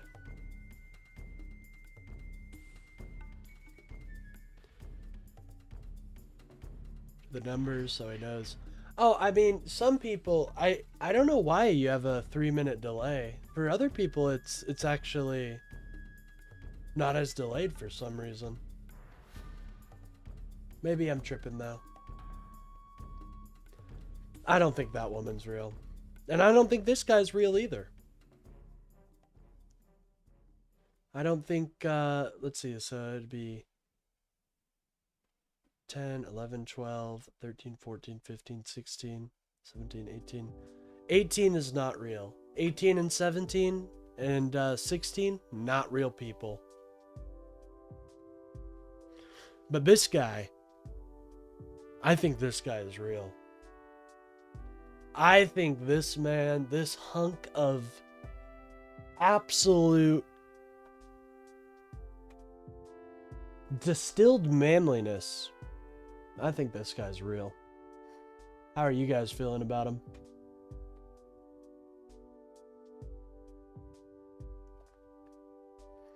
I'm gonna drink some water.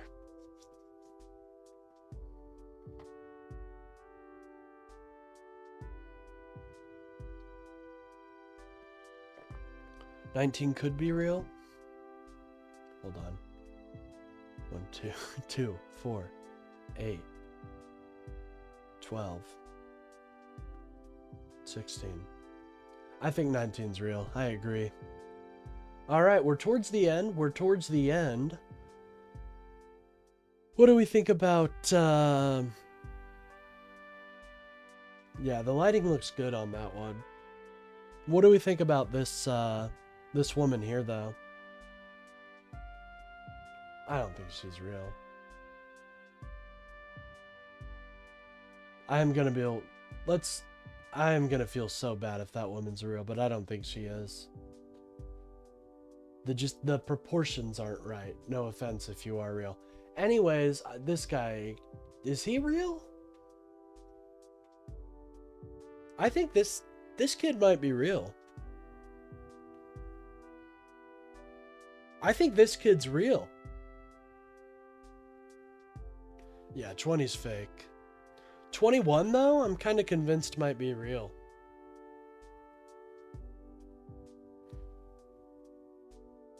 I don't know. You think 21's fake? Okay. Yeah. I don't know. That guy looks fake. Look at the chin. Oh, for 20? Yeah. But 21 though. 21's fake? Alright, we'll move on. We'll move on. Now this guy, I don't know if he's, well, these last ones are real bad. I can't tell. I think this guy,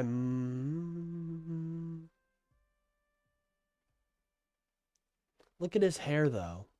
He's got a gray thing right here and a gray thing right here. You'd expect some male pattern baldness by then if you got gray hairs, but we're not seeing it. I think you're fake, friend. That guy does not exist. What do we think about this man?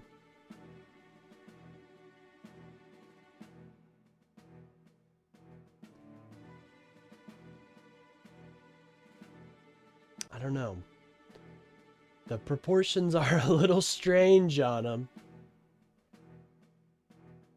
How many do we have so far? So we got 1, 2, 3, 4, 5. We only have 5?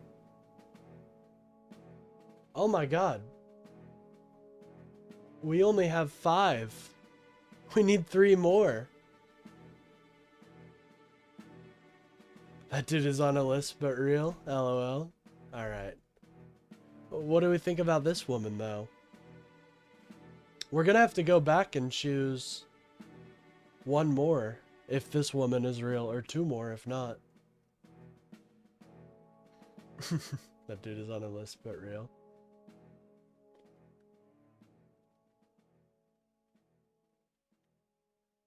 I don't know if this woman is even real, though. I don't know.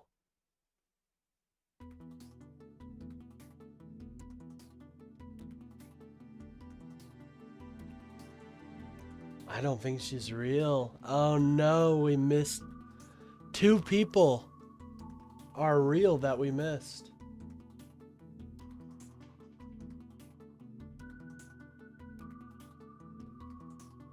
Alright, let me go back and reanalyze some of these people. Alright, that dude's obviously fake.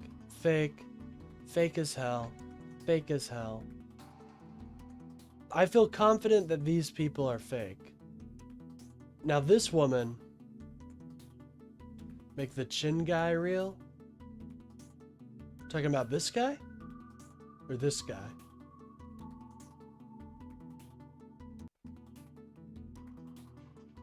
I think you meant this guy. Alright, we still got 1 more. And I don't know who else it could be. That guy's fake. This woman's fake. That guy's fake. I'm kind of... This woman could be real.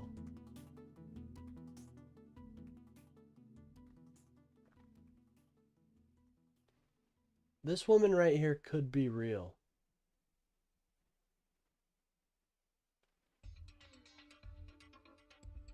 The first one? You think she... I don't know if she's real, man. She's giving me uncanny a little bit.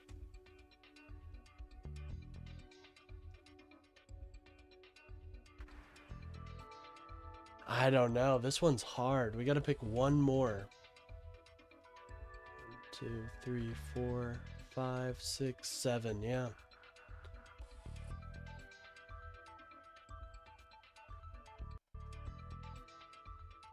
Alright, I'm just gonna go with my gut and pick this one. Alright, ladies and gentlemen. Hello, just saw you were live as I was leaving to pick my brother up from the airport. See you later, I guess. Oh, well, good to see you, Bill. The first one is definitely fake. The guy at the bottom.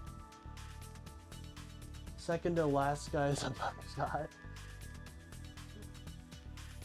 Very traditional AI framing. Yeah, I agree. 1, 2, 3, 4, 5, 6, 7, 8. Alright, let's see. 4 out of the real images out of 8? No way. No fucking way. So this guy was fake. No way was that woman real. Go to thispersondoesnotexist.com for practice. Oh yeah, I used to use that site a lot in my early days before I had a cam. Just a couple times actually. Alright, so we were dead wrong with these two. This guy is real! Oh no! Oh no! That guy is fake? Are you joking? Okay. Kind of upset. How is this? The guy with grandma's real? What was grandma doing that day? What the hell? The guy with grandma's real? No way. Okay, hey, I was right about that. Tell you what. That woman's... Okay, I'm sorry. There's... I mean, these are surprising. I kind of get that one. This chunk of man not being real is very heartbreaking, though.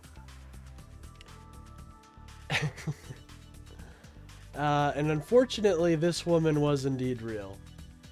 I'm sorry, ma'am. You are a very beautiful individual, and you deserve love and respect. Hey, we got this one right. I was kind of iffy on it, though.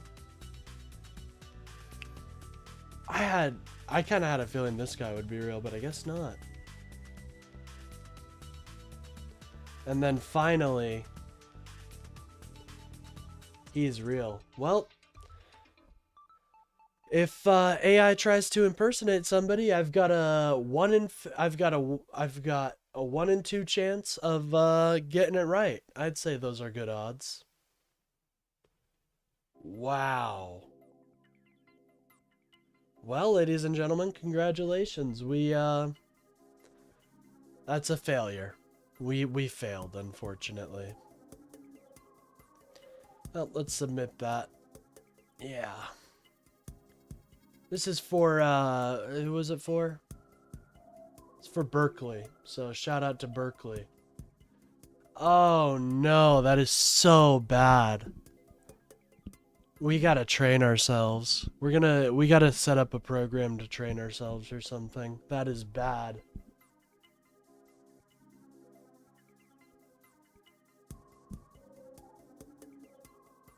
Oh no, ladies and gentlemen.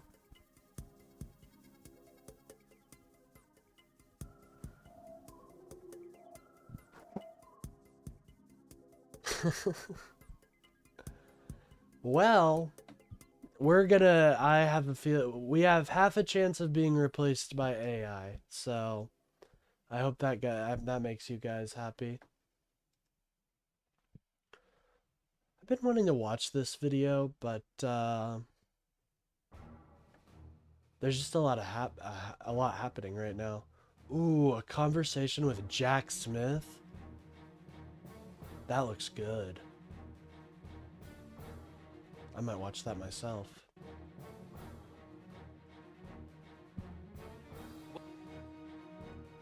But BTC has something, so let's check this out.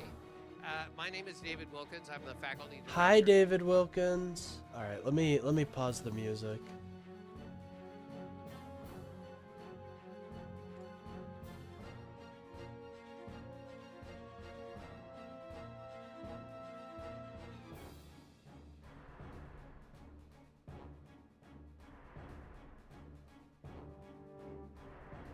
There we go, finally. All right, let's see what Brian has to say. I think Brian, like I said before, great example of masculinity. He's buff. He's fucking hitting the gym. He's fucking very smart. And he's passionate about a cause. I think that's huge. By the way, guys, did you think I was going to do that bad? I didn't think I was going to do that bad, but I guess I guess so. Wow, that's a little embarrassing. By the way, if you guys are enjoying the stream, don't forget to like and subscribe. It really helps out the channel. And, you know, if you ever want to share it, feel free to. No pressure there. I also have a Ko-Fi for my last little bit of shameless plugging. If anybody feels like donating, just click that Ko-Fi link and send me as much as you feel. No pressure, though. No pressure, though. As oil prices continue Yeah, like prices are extremely high right now. So to surge to levels not seen in years. As the direct result of Trump's war with Iran, he took to his social to try and rewrite history with a rose-colored glasses announcement. He said, quote, "Short-term oil prices, which will drop rapidly when the destruction of the Iran nuclear threat is over, is a very small price to pay for USA and world safety and peace. Only fools would think differently, President DJT." Now, I got to thinking, if there is one person I've read to really come to despise, it's Andrew Wilson. Oh, fuck yeah. That dude is a disgusting human. Did you see his debate with Not So Erudite? He was so condescending and so rude.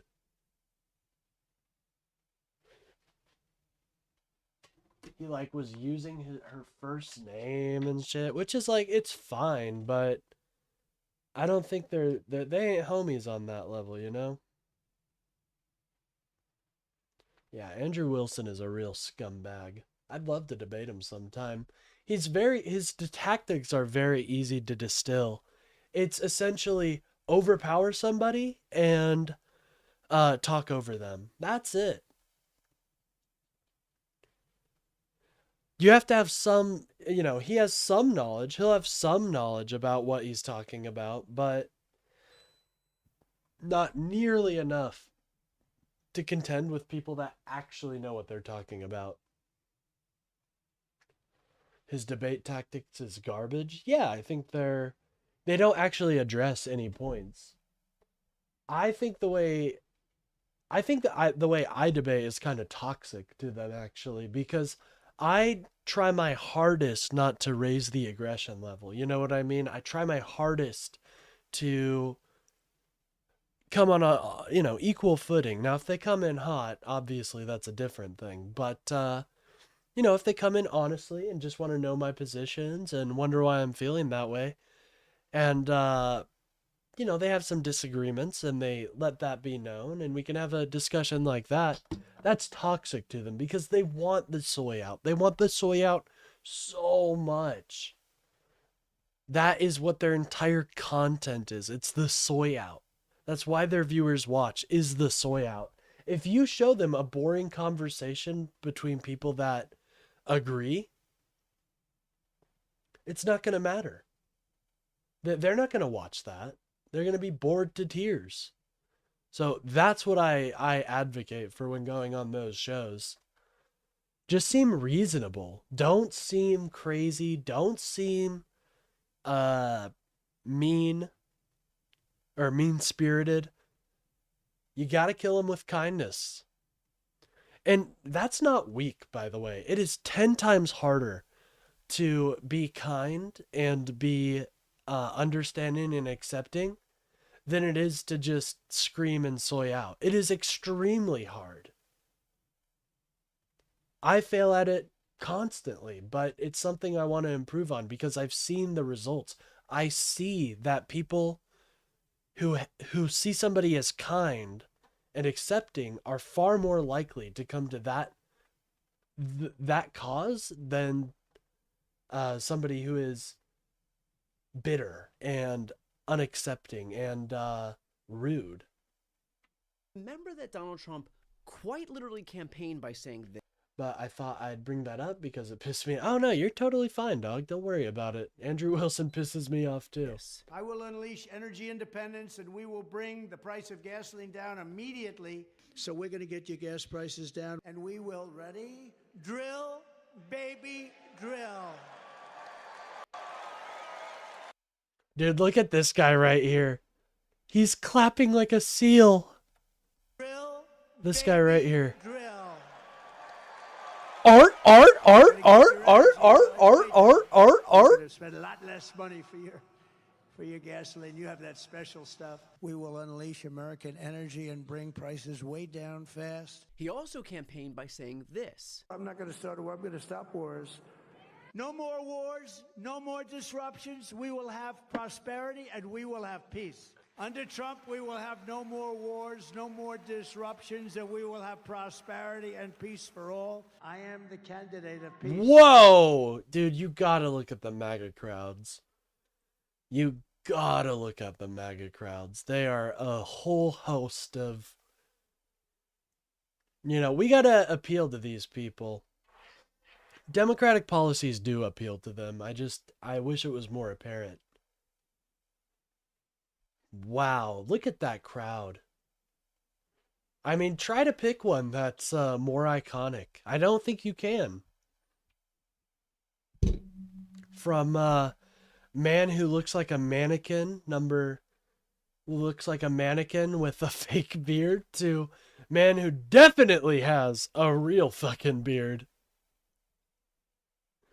And then we got this absolute warrior Catholic. This is the Knights Templar right here, ladies and gentlemen. We found them.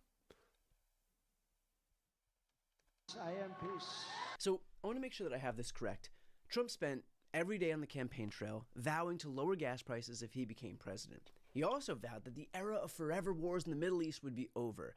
So he wins the election. He immediately launches a new war in the Middle East, which in turn causes oil prices to spike to levels not seen in years, which in turn makes gas prices go higher.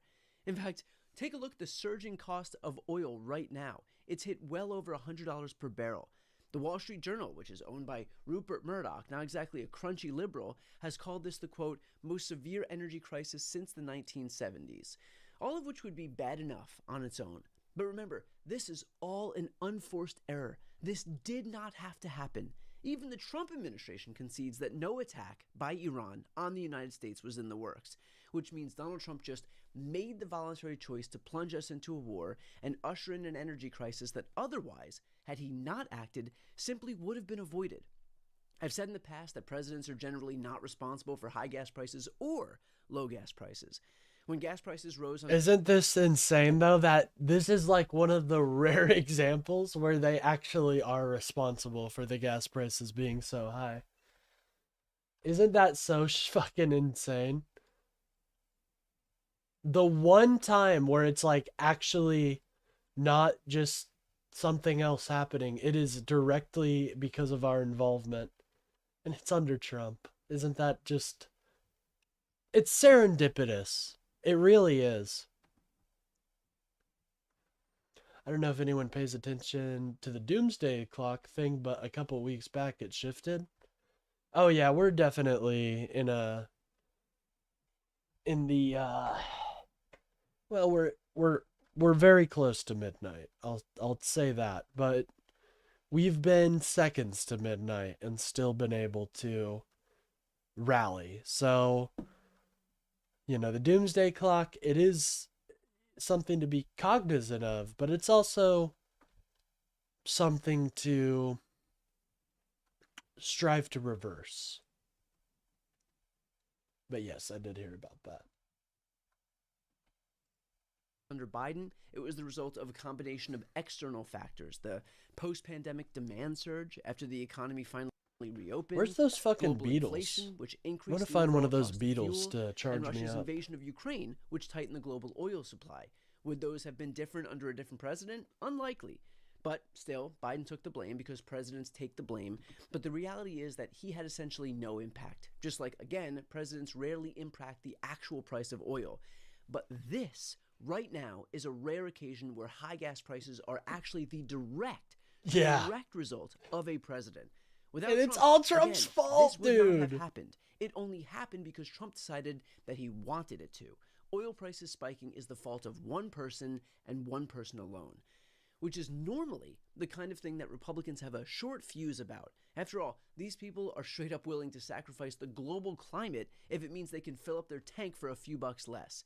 And yet, shockingly, they've now taken quite the forgiving position. This is a short-term disruption for the long-term gain. Short-term pain for the long-term gain. Short-term pain be for Short-term pain, long-term gain, baby. With long-term gain. Short-term pay for a long-term gain. Some short-term pain, yes, but we've got some long-term gain. Short-term spike for a long-term gain. Some short-term pain for American consumers. We may have to deal with that in the short term. Short-term and temporary. Temporary short-term pain. It's going to suck in the short term. Some short-term pain. Short-term pain. We have to focus on the short-term. Short-term. Short-term. Short-term. Short-term and long-term. Oh, jeez. Hopefully this is a short-term pain. Short-term is highly outweighed of the long-term benefits. Some short-term. That makes me feel like it's not going to be short-term. I don't know why. Short-term sacrifice for a long-term gain. Quote, short-term pain for long-term gain.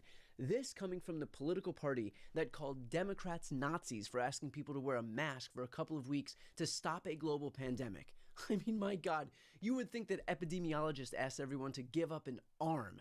They vilify Dr. Fauci and continue to this day because of that exact reason, because he asked people to sacrifice not wearing a mask for a week. And yet now we have these same people who watched Donald Trump break all of his promises and unilaterally plunge us into a war he promised he wouldn't do and usher in high gas prices that he promised would go down. And the result of all of that, they're asking for grace. It would almost be funny if it wasn't so incredibly hypocritical. And speaking of COVID, here's another comparison we should draw. While Donald Trump predicts now that, quote, short-term oil prices will drop rapidly, only fools would think differently, think back to what Donald Trump said in 2020 after the first COVID case. Quote, we have it totally under control. It's one person coming in from China, and we have it under control. It's going to be just mouse fine. is fucking And then, up. correct me if I'm wrong, but didn't 1 million people die after that? Which is to say, I'm not exactly sure Trump is your guy when it comes to predicting We the love future, technical especially difficulties, when it's his folks. We governance love that will them. guide what that future looks like. The reality is that Donald Trump breaking his promises on lower gas prices is a feature, not a bug of this administration. You can add that to a long and growing list of broken promises at the hands of a president. Short-term who has pain, made a long-term habit gain, of stringing folks. his All right, I supporters gotta along for the fucking close out entirety of his Moreland political real quick. career. In his first term, he promised Fuck it, I'm an gonna play infrastructure some law that never materialized, Conquest a of healthcare plan that Elysium. was cheaper and more comprehensive than Sounds fun. Yeah, I think this is, I mean, I think it's just kind of funny that Donald Trump ran on this, I'm gonna lower your prices, ladies and gentlemen. I'm gonna lower them. And now look, we don't see lower gas prices. I'm gonna be honest, guys. I think the gas prices have actually went up quite a bit. I don't know though. I could be wrong. I've never quite been. I'm not an economist. I'll tell you that right now. Oh, I think my batteries are dying on my keyboard. I might have to go get some new batteries. Why is my mouse not clicking? This is absolutely amazing. We love when this is happening. All right, there we go. All right, I'm actually going to be right back, gamers. I'm going to, real quick, go get some batteries.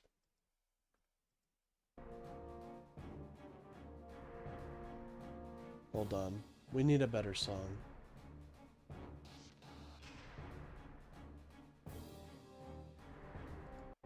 There we go.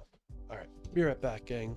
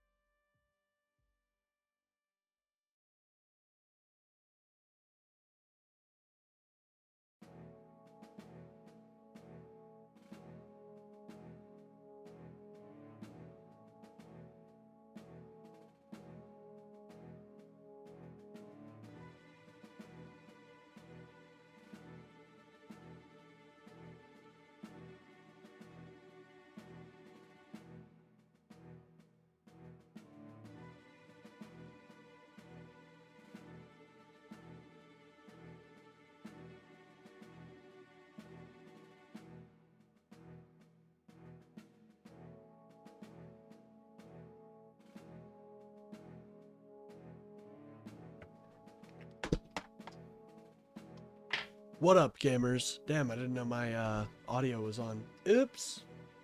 What's up, gang? How are we doing? Sorry about that. Let's get back to BTC, our home dog in the ether. Thanks for sticking around. Sorry about the delay, ladies and gentlemen, but we're back. That never materialized, a middle-class tax cut that never We're materialized, gonna play a jobs boom Conquest that of never Elysium. materialized, Sounds a fun. manufacturing renaissance that But never this time, we're not going with the senator. I've got my own campaign going on. We're gonna do something a little crazy. Damn, but a senator is kind of fitting though, right? Because it's like, you know, we're a political channel and all that, but I kind of want to play the warlock. That just sounds way more entertaining. To be quite frank, like the hot dogs.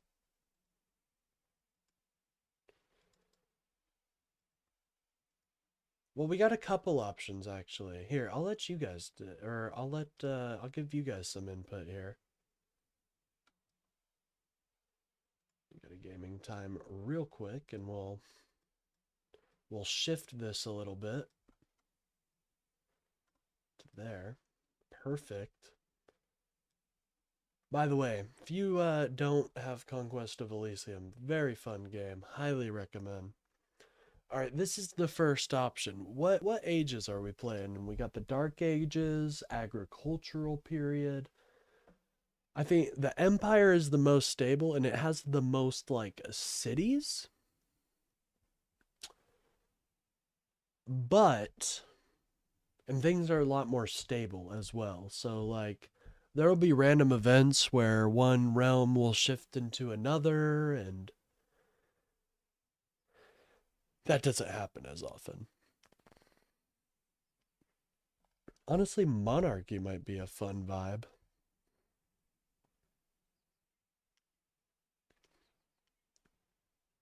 There are many fortresses and towers, but the cities of the empire have yet to be rebuilt.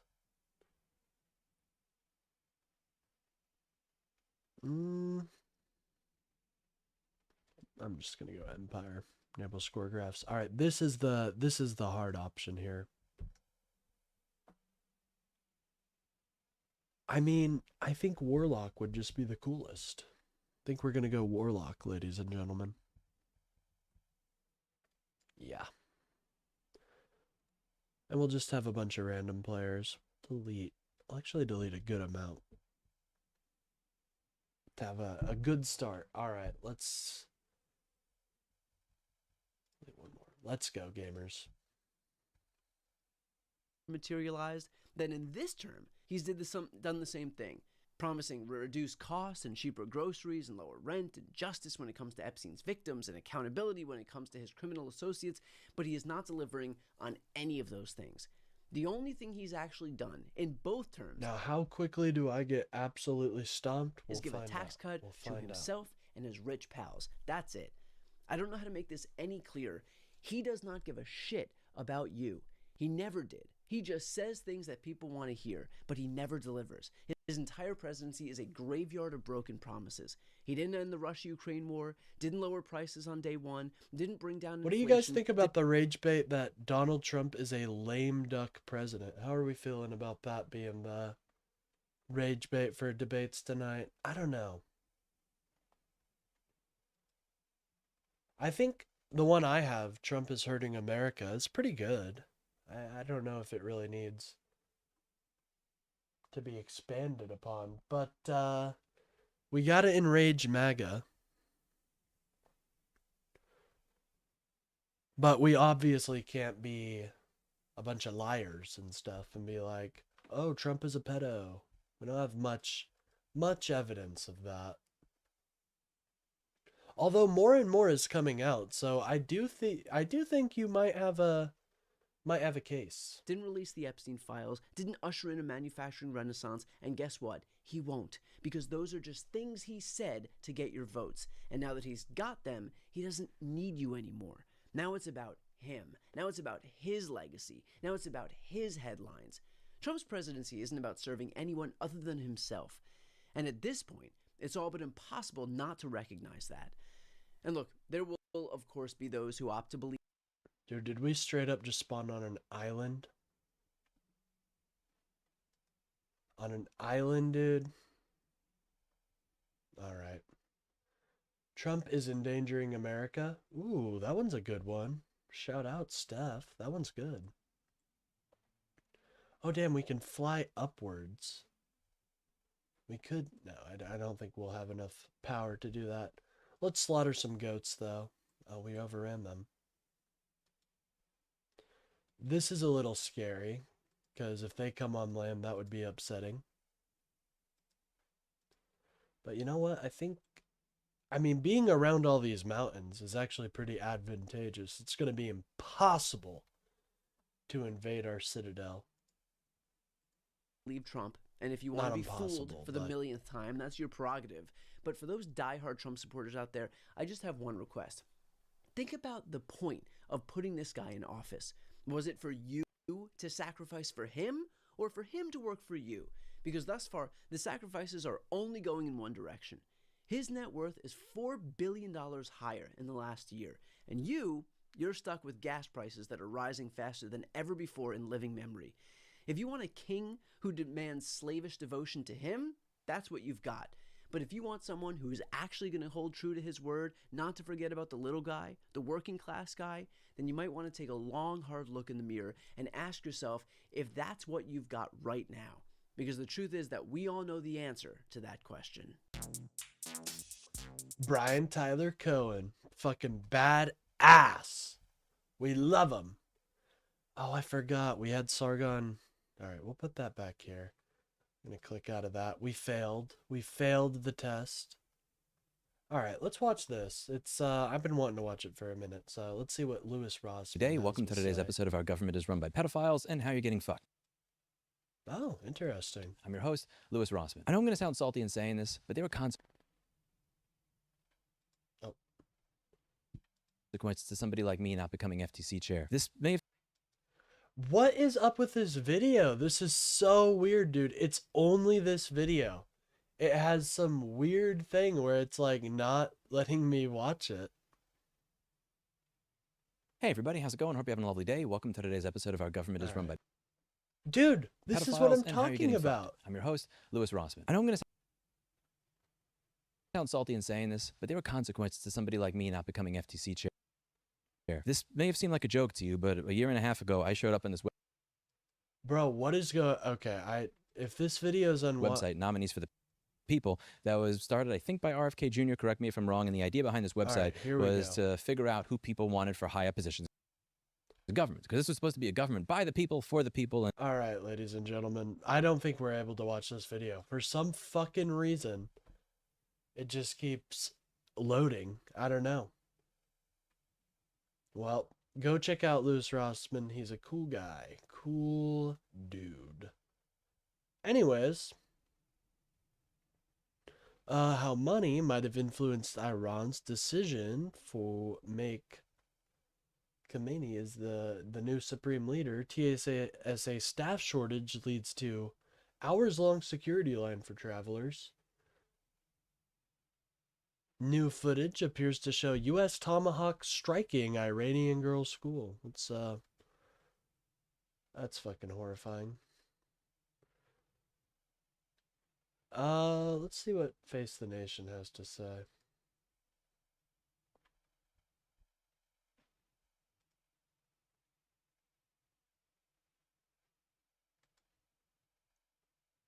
The war started on Saturday, and is it right that that is the beginning of the week in Iran where people would be out and about, going to school and work? Yes, the school was filled with school children, with schoolgirls. It was around 8 to 9 a.m., just the time that everyone was on the road getting to work. And the reason why the attack, the war started in daylight on the beginning of a work week was that they realized they had eyes on Mochaba's dad, the Grand Ayatollah, in a meeting where they took out a significant number of people. And they did it by Chinese surveillance because they had hacked into these cameras on the street.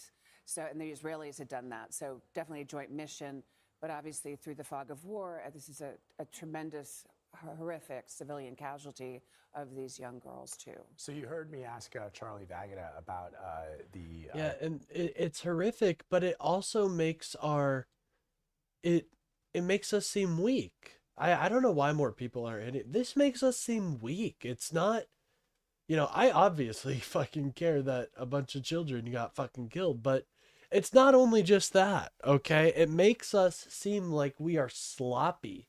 Our military doesn't make mistakes. And look what Donald Trump has dragged us into doing, making a mistake. I mean, it's sad. It's not what I know the United States military to be. So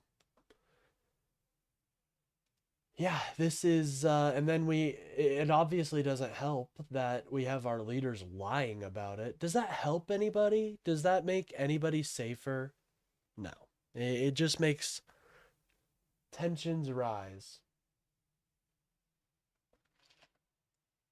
To the point where even the Iranian diaspora are reeling in terror at what they're seeing. And disgust. That's not how we want the United States military to be. We don't want that to be an association. But this is the issue. People, they don't understand necessarily how, like, what our military is. They don't get what it is. It's not as simple as just guys with guns. It's a much more complex logistical network that has multiple facets besides just being the people that shoot people. But anyways, let's Ayatollah Khamenei's successor, which is his son, Mojtaba, and I question whether or not he was known as more extremist. Charlie made the point that in the Iranian regime, the whole purpose, part of the purpose of the revolution in 1978 and 1979 was that there would be no hereditary succession. In other words, they were rejecting previous monarchies, the Shah, etc., in Iran, and the Ayatollah himself did not want hereditary succession. But why then did they choose his son? Right. It's a big question, and apparently we thought he was named early last week, actually, and then it was a sort of rescinded. And the Assembly of Experts continued to meet, now virtually or somewhere secretly, because they didn't all come together, these 88 religious clerics, in a room, because it was much too dangerous, and their actual headquarters had already been destroyed. There was a little bit of infighting. Now what happens? What happens if we take him out? Are we gonna, it seems like they've got a new leader, so... Isn't our job total surrender? Why aren't we taking him out? I think it's because Donald thinks he can deal with them. I really do. Fucking dumbass. Between Ali Larijani's brother, who's more of a senior religious cleric, and Ali Larijani Mojtaba is the head national security official. Yeah, so he's also still a very powerful figure, and at times he has been, but in recent months this year, he really rose up after the June war. And Mojtaba is a mid-level religious cleric. But what people don't talk about, because it's so opaque, it's so hidden, is the wealth of these families that are attached to the religious This is what foundation. happens when you replace experienced intelligence and defense personnel with incompetent loyalists. Amen. You are speaking exactly to what I speak to, Steph. I totally agree. Like, there are ways you can do this that are safe for the population and safe for military personnel. Our CIA agents are trained to go in and ferment popular uprising. Why are we not using them? It'd be like in a 4X video game. It is really comparable. It'd be like in a 4X video game. Instead of getting intelligence and data, instead of getting allies inside whatever country you're invading, you're just invading them. I think that is incredibly stupid, and not, it doesn't have any, it will not look good in hindsight. That's what I'm trying to say. And the Khomeini family, with religious foundations and money for the Revolutionary Guard, etc., it's about $3 billion. Wow. So there's influence and power and money. Wow. About the amount Donald Trump has made. Just add one more billion on there. Attach this, not just piety. Damn, CBS really has fallen down the shitter, huh?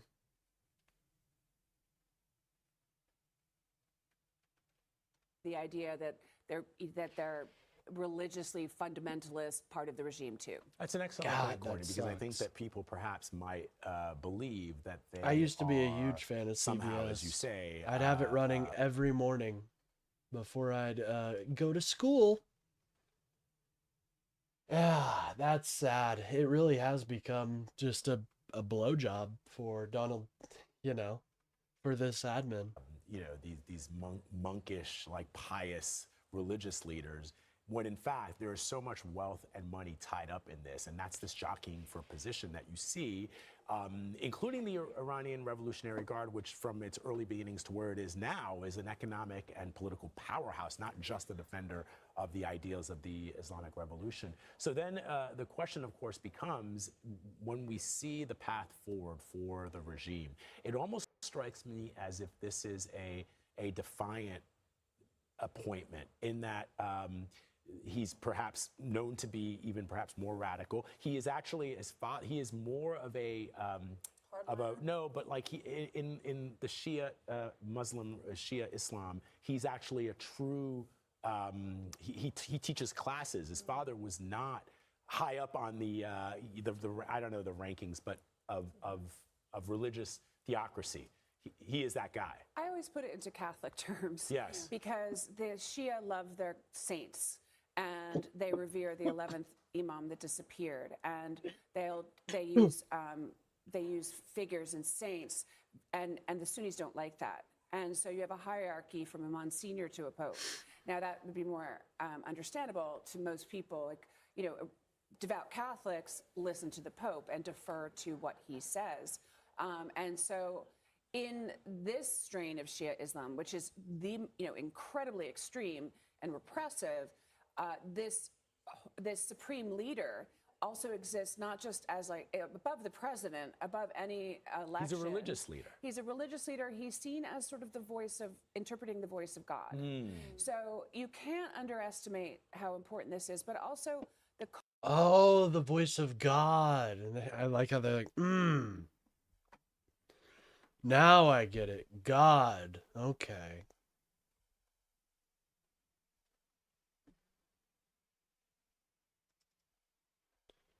Do we have a rival?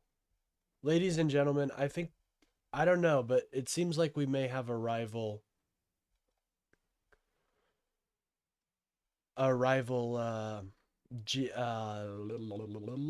Warlock. If we have a rival warlock, it's over for them. I'm fucking stomping them to death. Cult of martyrdom. There's a picture of him. Right. You see the Hezbollah flag. I haven't been able to identify whether he was actually in Lebanon or the Hezbollah flag was there and he was meeting with somebody. The history of targeted assassinations by Israel that took out the top leadership of Hezbollah for decades is similar to how Israel took out nuclear scientists, how is in Iran, how they got his father. So somebody said, Matt Gutman actually said he spoke to the replacement leader is more radical than the last one. Is anyone surprised? Yeah, it's like, whoa. I thought they were going to elect a moderate. Fucking idiots. One of the people from the Prime Minister's office who said he's a dead man walking. If he's not, right, because anything is possible, what do we know about him and his leadership style, what this could mean for the future? He was 10 years old in 1979 when the revolution happened. His father was named as the supreme leader 10 years later. Damn, he was at the age young. of 20. He's always worked very closely through his father's office. And he did study in Qom, which is the holy city, where you really study theocracy and you can teach, as you mentioned. So he has the credits of coming from Qom, which is where Ruhollah Khomeini had come from, the original Ayatollah. And he has those credentials. He is a hardliner. He's very close to the Iranian Revolutionary Guard because he served. Right. He has the veteran credentials of somebody who's been involved in this. Oh, he's literally almost one of the... Oh, he may very well be one of the best leaders for this. He served in the military.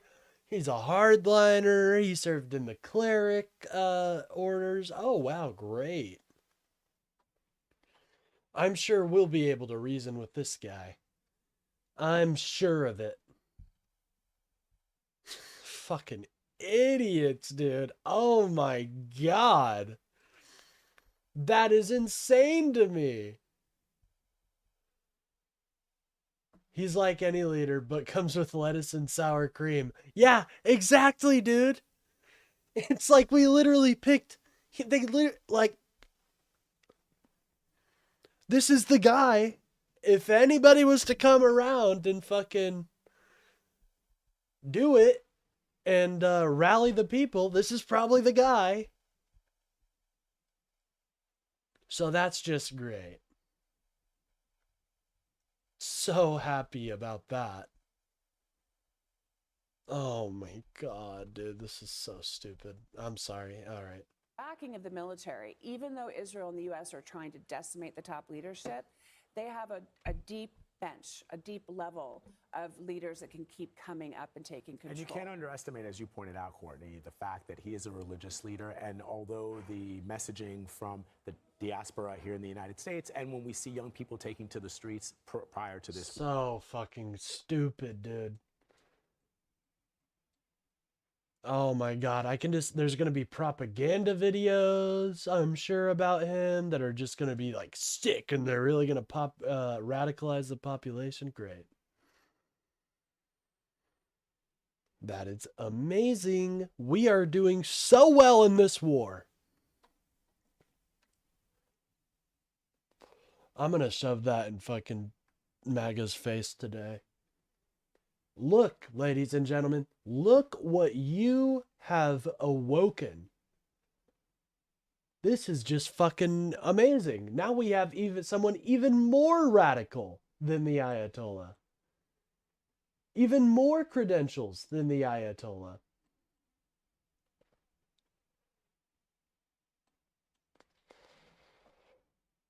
I do find it funny how Trump did this with no understanding of how their government works. Like we can just fudge in our own religious leader. Yeah, they are literally a religious. Oh, you think they just call it a theocracy just because? You think it's just because it's like a fun name to tag on to it? Like, actually, this is so dumb. Or is that they want to be rid of this theocracy? There's millions of people who support it. And are willing to die for it. That's right. That's an excellent point. That's the martyrdom. They're all willing to die for the cause. Yeah. Keeley, always great to have your analysis and report. Yeah. They're all willing to die for their cause. Are we as avid about freeing Iran? I wish we were. I wish we had an actual plan to help the people of Iran. This is not how we do it, though. Like, oh my God, dude. This is bad news. Like, this is very bad news.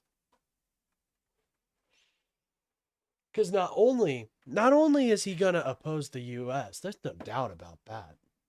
What's going to happen now is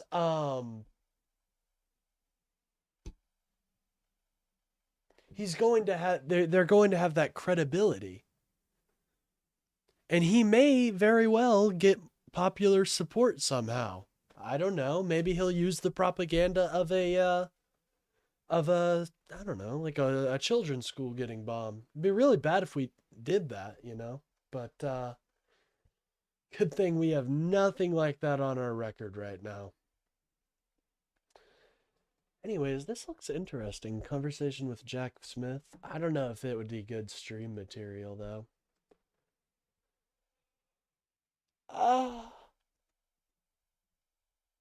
Sorry, just stretching. Counterterrorism expert offers advice to Americans amid heightened threat of terror from Iran. So, this is anti-Semitic, I can already tell. So that's great.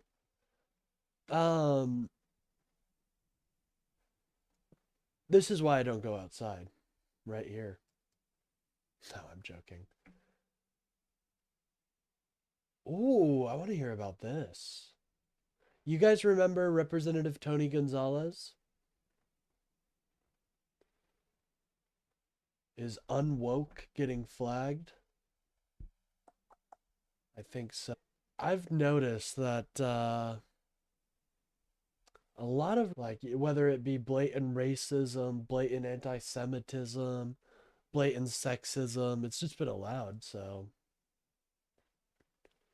Like, for example, let me see if there's this, I posted a while ago about an AI channel that was very racist. It was called African AI. Let's see if we can still find it. Oh my god, there's no way it's still on here. That is so racist. Like, here, watch this shit. I don't even, like, I don't know, man. I don't know. I don't know why that's allowed on here. Anyways, let's hear about this, Tony Gonzalez. I'll probably head out if we don't get any major news updates. Really nothing new going on in Iran?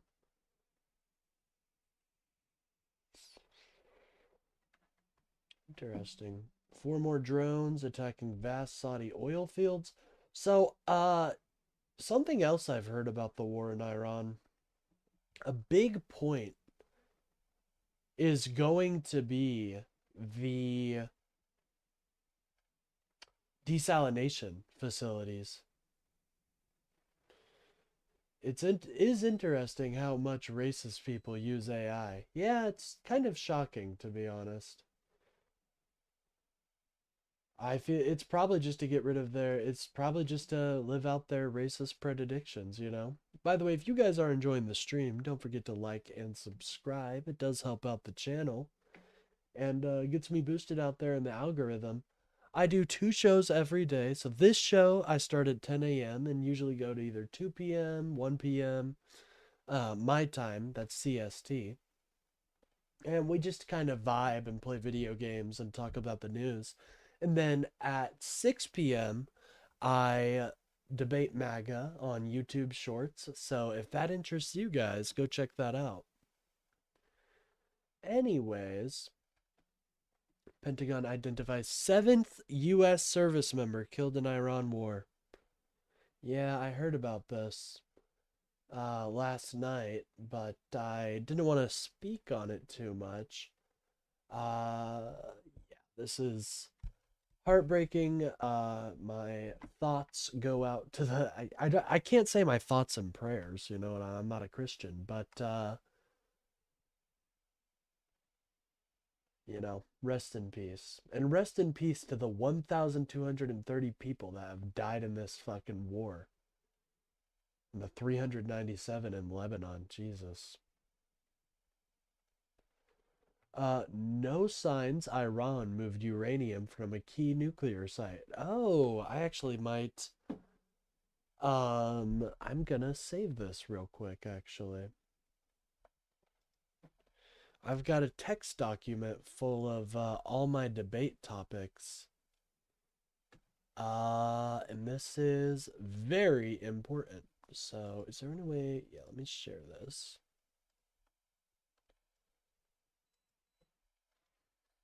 Iran, not a threat, not an immediate threat to the U.S. At some point, I'll have a actually like nice looking text pad, and you guys will be able to see my debate topics. But not right now. It's a little messy.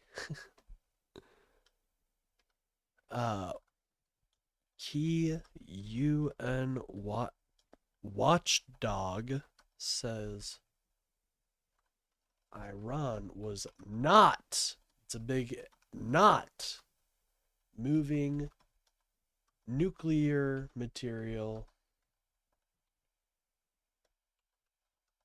from site.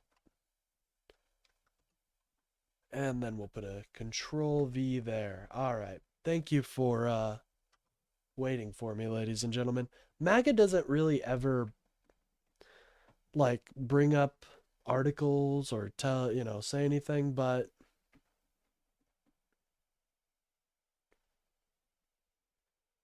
just in case, let me get my chat back up. Sorry about that, guys. Isn't semantics fun? Oh yeah, very fun.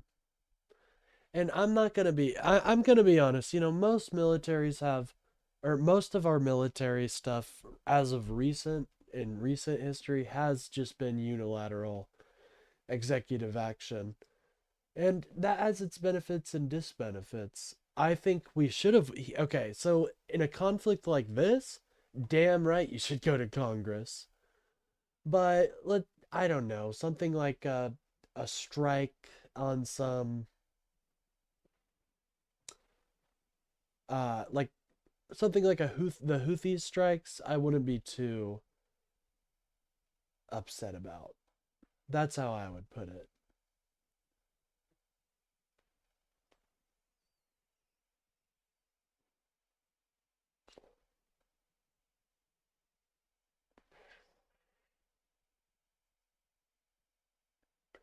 Israeli diplomat says his country will target anyone who has radical ideas, Iran, including Iran's new leader. Lebanon's president says Israel Hezbollah fighting could turn the country into another Gaza. Jesus. Well, I don't know if that's quite, I'd have to see the situation there. I don't think it'll turn into another Gaza. But, I understand being afraid, especially with how Israel has been acting recently.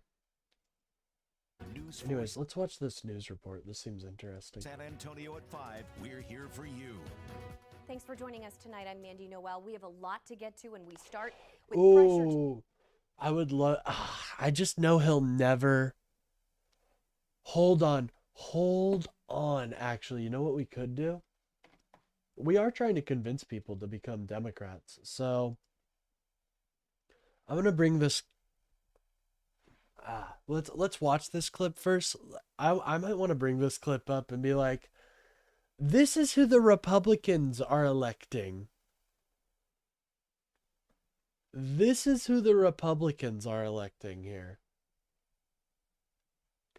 If you guys don't know, I'll give you the lowdown real quick. Tony Gonzalez, famously, this is what he's known for. He was having an affair with a staffer. The staffer felt dejected by him. She lit herself on fire in protest of how she was being treated, and because of how she was being treated. And this man, I think he dropped out recently, but this man was seriously going to be a representative. Tonight on South Texas Congressman Tony Gonzalez. Party leadership is calling for him to drop out of his race for re-election. The calls to drop out follow Gonzalez's admission last night that he did have an affair with Regina Santos Aviles, the woman who later took her own life. Notably, God, that is not covering how she lit herself on fire. That is not. She lit herself on fire.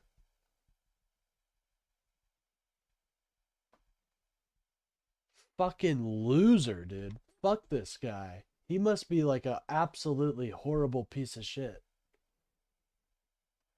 They're not calling for him to resign, and there are big questions about where things will go from here. News 4 San Antonio's Taylor Warrenby is live with the latest. News 4 is pressing for answers on several questions, including the most basic, will Gonzalez drop out? We've reached out to the congressman, but he hasn't responded. There's also the question of what discipline he Okay, what is she wearing?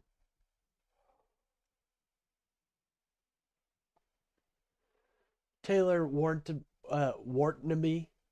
I'm not trying to be mean, but what are you wearing? Ma'am. What is she wearing?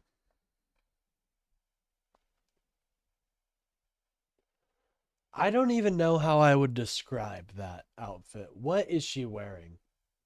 Is this common? Is this like a normal outfit? I don't know. It's probably in Texas. Is this common in Texas? This kind of outfit? I have no idea what this is, dude. What is this? Like, I'm not even trying to be like mean. It looks uncomfortable. I'm just going to be honest. It looks uncomfortable. They really don't, no one really does do it like Texas, huh? We've reached out to the congressman, but he hasn't responded. There's also the question of what discipline he could face from the House Ethics investigation that could likely take some time before we know that. I made a mistake, and I had a lapse in judgment, and there was a... Oh, yes, you did, buddy. No, it was more than just a mistake, my friend. You drove somebody to the point of lighting themselves on fire. You must be a horrible person. I can't imagine anybody lights themselves on fire because of the great relationship they've had. Lack of faith, and I take full responsibility for those actions. Gonzalez, representing Texas's That's 23rd brave. district, That's publicly brave. acknowledged an affair with former staffer Regina Santos Aviles during an interview on the Joe Pags show. Santos Aviles later died by suicide. I look forward to the ethics committee starting an investigation. I appreciate the opportunity to be able to... That's not something I would say, bro. I mean, you can be like, I'm happy to answer any questions, and I hope they get to the bottom of it. You can say stuff like that. You can't say, I hope they start an investigation. I hope they do. They better. Fucking better start an investigation. What a weird dude. Yeah, no. Glad to see this man gone. Glad to see this man gone. Fucking freak. Provide all the facts and all the details that lead to exactly what occurred in the entire situation. GOP leadership is calling on Congressman Gonzalez to withdraw from his re-election bid and directly address the allegations, citing the seriousness of the matter. Professor John Taylor from... You know what? This is a rare point in which I am going to give the Republican Party credit. At the very least, they asked him to step down. At the very least. You know what? If they're ever like, oh, you just only hate on Republicans, I'll be like, well, they did ask I don't even know what you would call him. They did ask that freak to step down, so. The UT San Antonio Political Science Department says the I'll give you GOP that one. leadership is asking Gonzalez to withdraw, not resign, which is a big difference. Withdrawing from the race means he's just not running in 26. Oh my god, never fucking mind. God damn it. It's like, I tried, man. I'm trying my hardest. It's a bunch of fucking criminals and crooks in there. Oh my god. It's a bunch of fucking crooks. Holy shit. Wow. I tried, guys. You heard me. I tried. I tried to be so gracious. I said, congratulations to the Republican Party. You guys got rid of a freak. I'm so proud.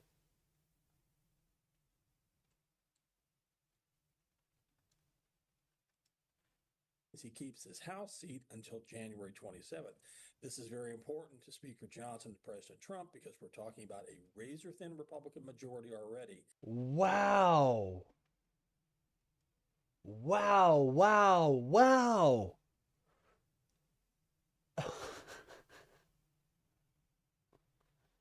You can't give him any credit. I guess you can't. Wow, I'm gonna remember that.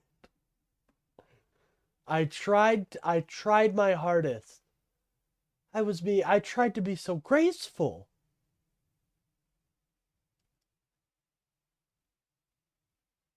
I said, I understand. I'm proud. Oh my god. It's a bunch of crooks. Whoa. We got an air elemental. Oh, jeez. But what It's a bunch of happens with crooks. the ethics committee completing their investigation? We definitely suspect that there was at least some form of at least possibly some forms of criminal activity related to the payoffs or the alleged payoffs and the major increases in salary for the staffers. So, yeah, it still needs to go on. Regardless of if Gonzalez drops out or not, he would still face the possibility of a civil lawsuit by Santos Aviles' husband and whatever disciplinary action the House Ethics Committee could levy against him. We again reached out to Congressman Tony Gonzalez and have not heard back. Reporting live in Taylor Wharton Beat News 4 San Antonio. Thanks, Taylor. And on X today, Gonzalez's challenger in the runoff, Brandon Herrera, thanked Speaker Johnson and House leadership for holding Gonzalez accountable. Texas Republican Congresswoman Monica De La Cruz also took to social media. You call that holding him accountable? And says he should step down from all leadership roles.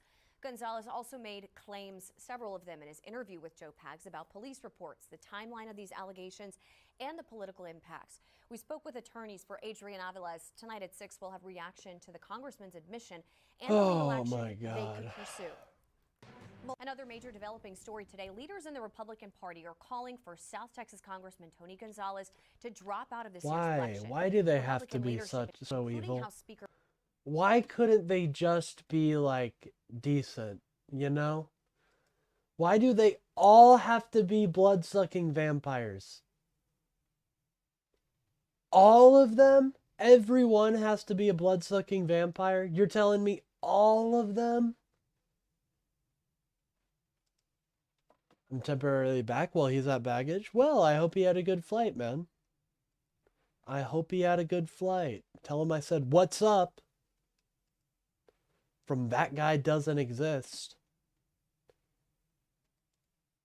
You know, and you know, if you have a moment, you know, he shows you something, you want to just be like, hey, I have something to show you on your, I have something to show you on your phone, and then just subscribe to me. And then just give it back and be like, oh, never mind, I forgot. Or just show him some of my videos. You know, I got good shorts. I do need to work on the shorts, though. I really want to do series, like a series. Honestly, what I would do is just clip my debate highlights, but I need a clipper for that.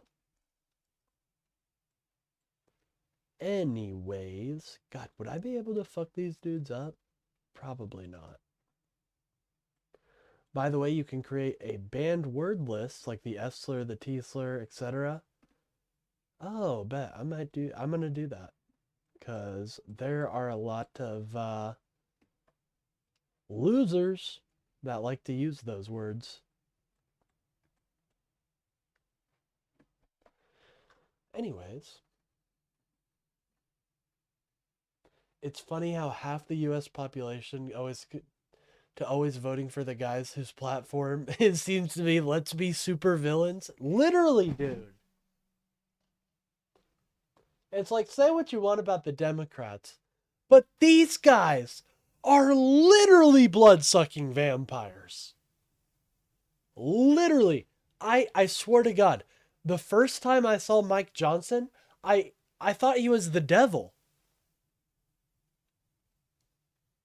I thought he was the devil. Look at this man. By the way, Mike Johnson is a fucking weirdo. His money is extremely, like, vague. It's extremely vague about how he gets it, who he gets it from.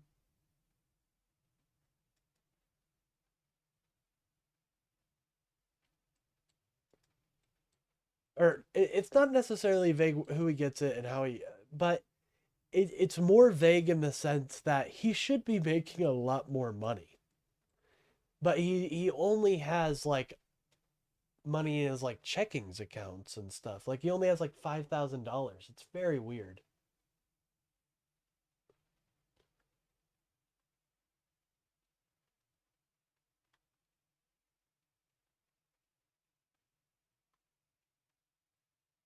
What's weird about it is having lots of money with no bank account. Yeah. I don't know. It's been a while since I've went and looked into that story, but it's very weird. Like he's just a weird dude, man. Why is this guy? I don't know. I think he'll go down in history as one of the lamest fucking congressmen ever. I do. Mike Johnson says Gonzalez should abandon his re-election effort after he admitted to having an affair with a woman who later took her own life, but they stopped short of saying he should resign.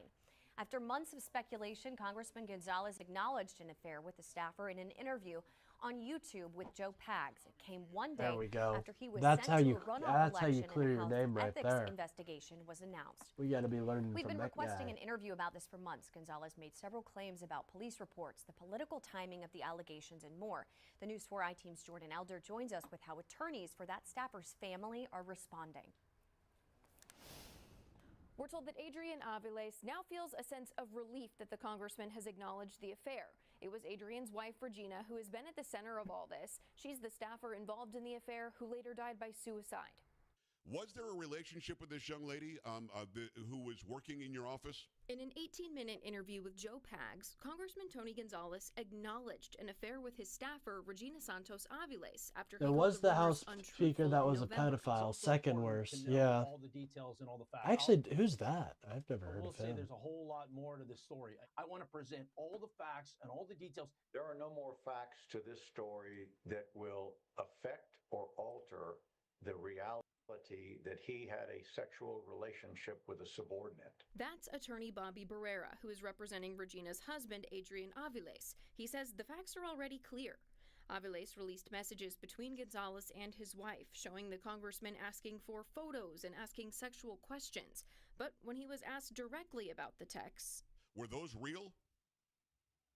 I'll let the investigation play out and share all the different details on it. If those are the facts he wants to come out, maybe we can help him and get those facts out so that people can see who Tony Gonzalez really is. Gonzalez also raised questions about Aviles seeking Regina's death benefits and a letter sent after her death, which he called blackmail and a shakedown.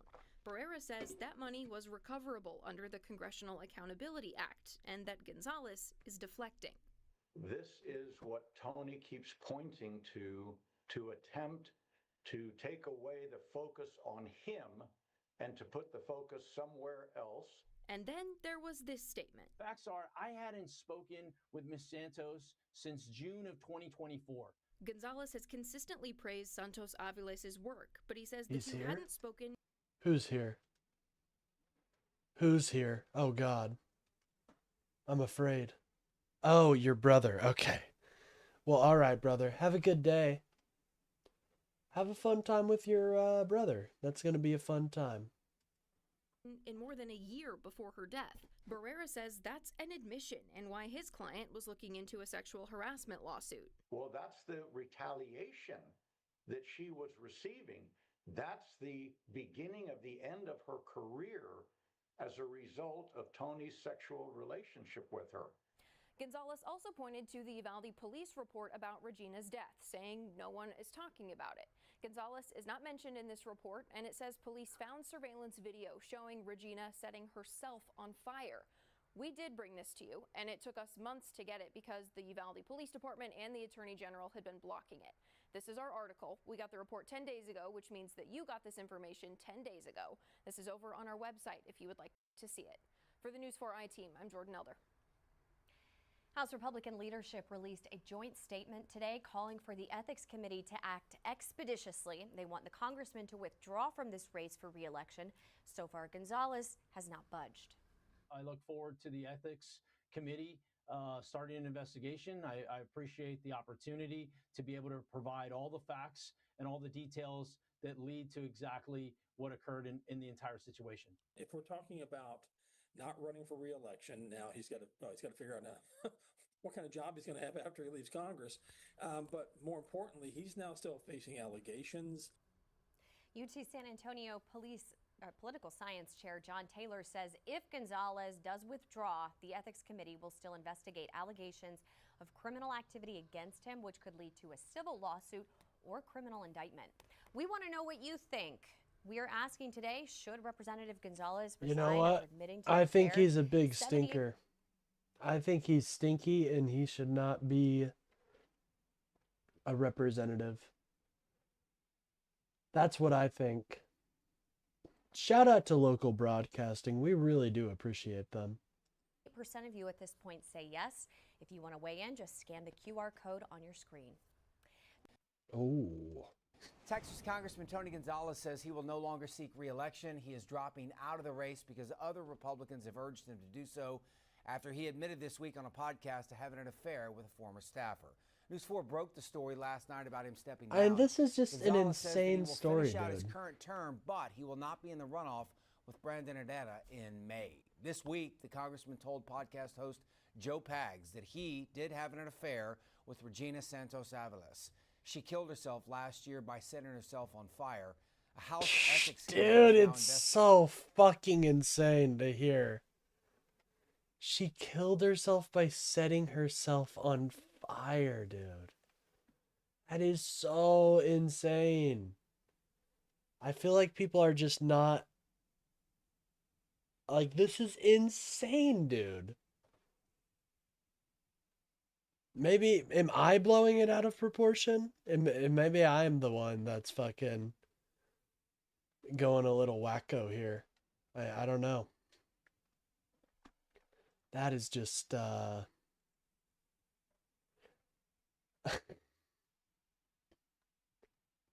anyways. Investigating if Gonzalez was engaged in inappropriate sexual conduct. I look forward to the Ethics Committee starting an investigation. I appreciate the opportunity to be able to provide all the facts and all the details that lead to exactly what occurred in the entire situation. That investigation will continue despite him no longer seeking re-election, and it could lead to a civil lawsuit or a criminal indictment. Her husband, Adrian Aviles, from whom she was separated at the time of her death, released messages between the congressman and his wife. It revealed that the congressman requested photos and asked her sexual questions. That man? This man right here, imagine him sending you a text at 3 a.m. Hey, what's up?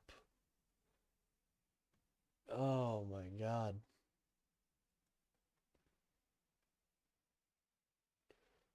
What was the Empire thinking they could do here?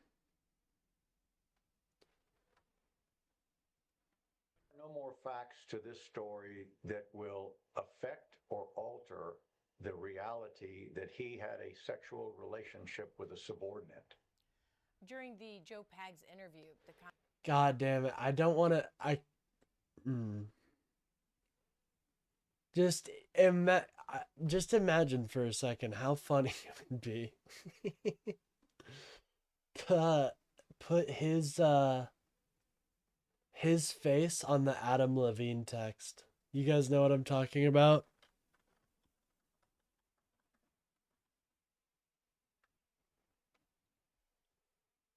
Hold on. This is a moment in history that I'll never forget. Ah. It's truly unreal how fucking hot you are. Like, it blows my mind. Oh wait, these were good, dude. Hold on.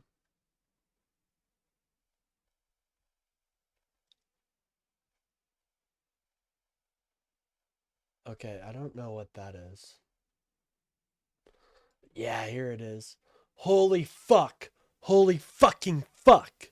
That body of yours is absurd. This man was rated sexiest man in the world, by the way. For all of you that don't know, that don't know about the Levine effect. Voted sexiest man in the world.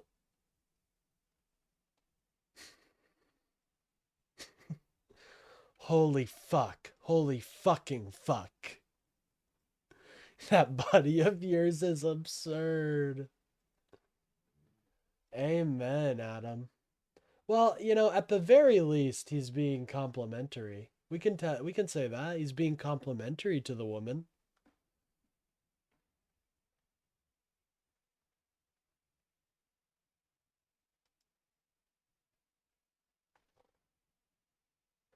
Don't ever apologize for being human.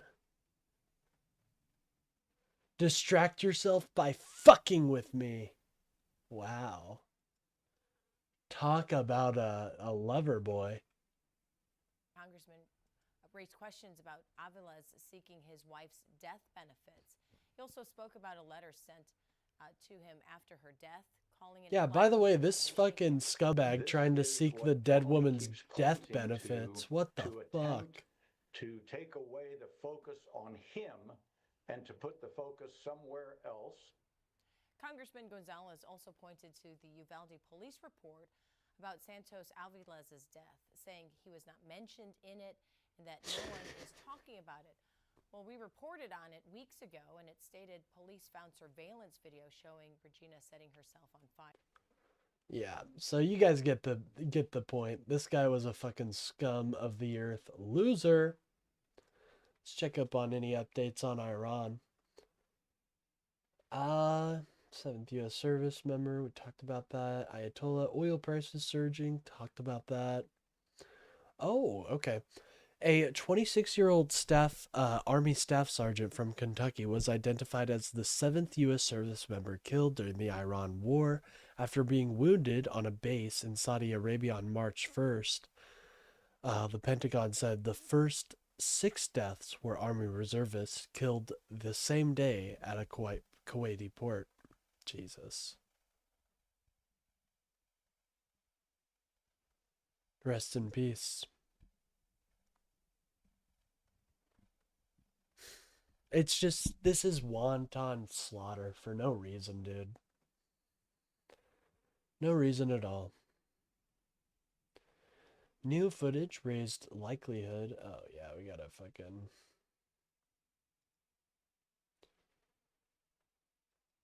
We need to, I need to put that in the doc.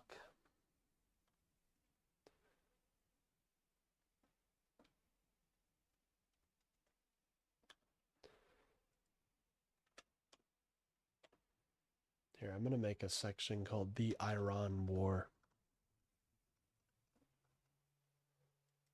We don't need a 2 there. War is strategy. Messy and lacks goals. Sorry guys, I know this is more for the this stream is more for the real fans of the TGDEU, so I understand if you're more into the debates. I get it. I'm a big debate fan as well.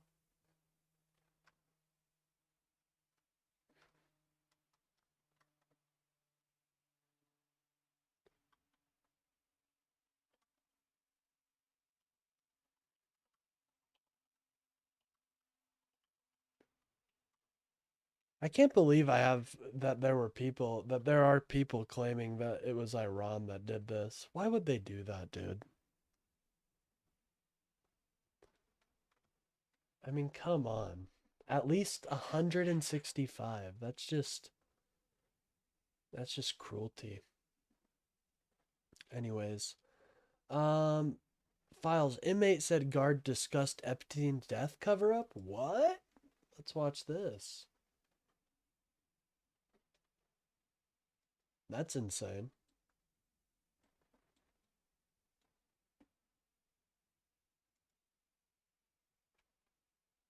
A newly surfaced document published in the DOJ's Epstein database reveals that an inmate once told the FBI that he overheard prison guards talking about covering up Epstein's death on the morning the sex offender died.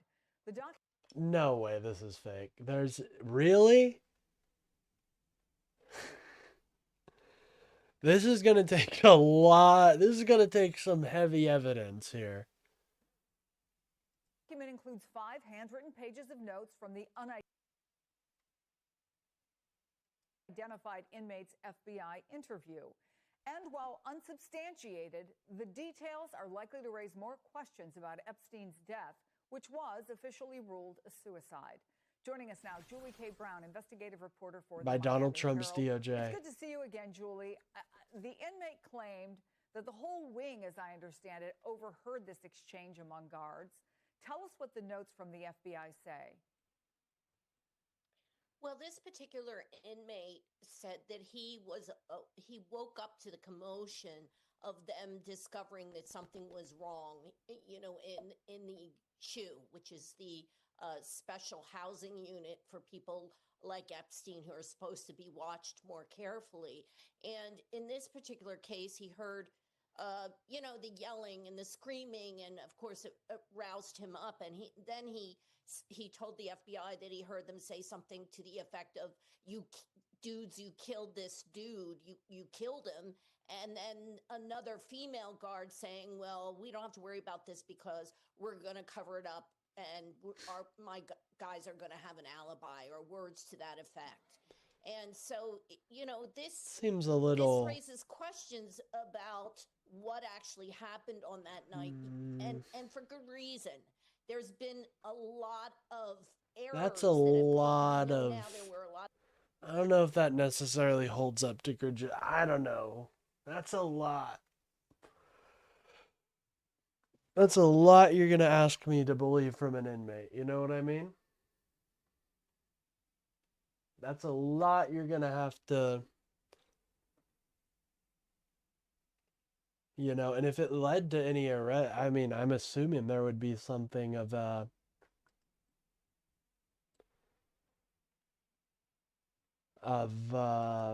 incentive there. I don't know. I don't know if that really holds up to credulity personally. Oh, oh no.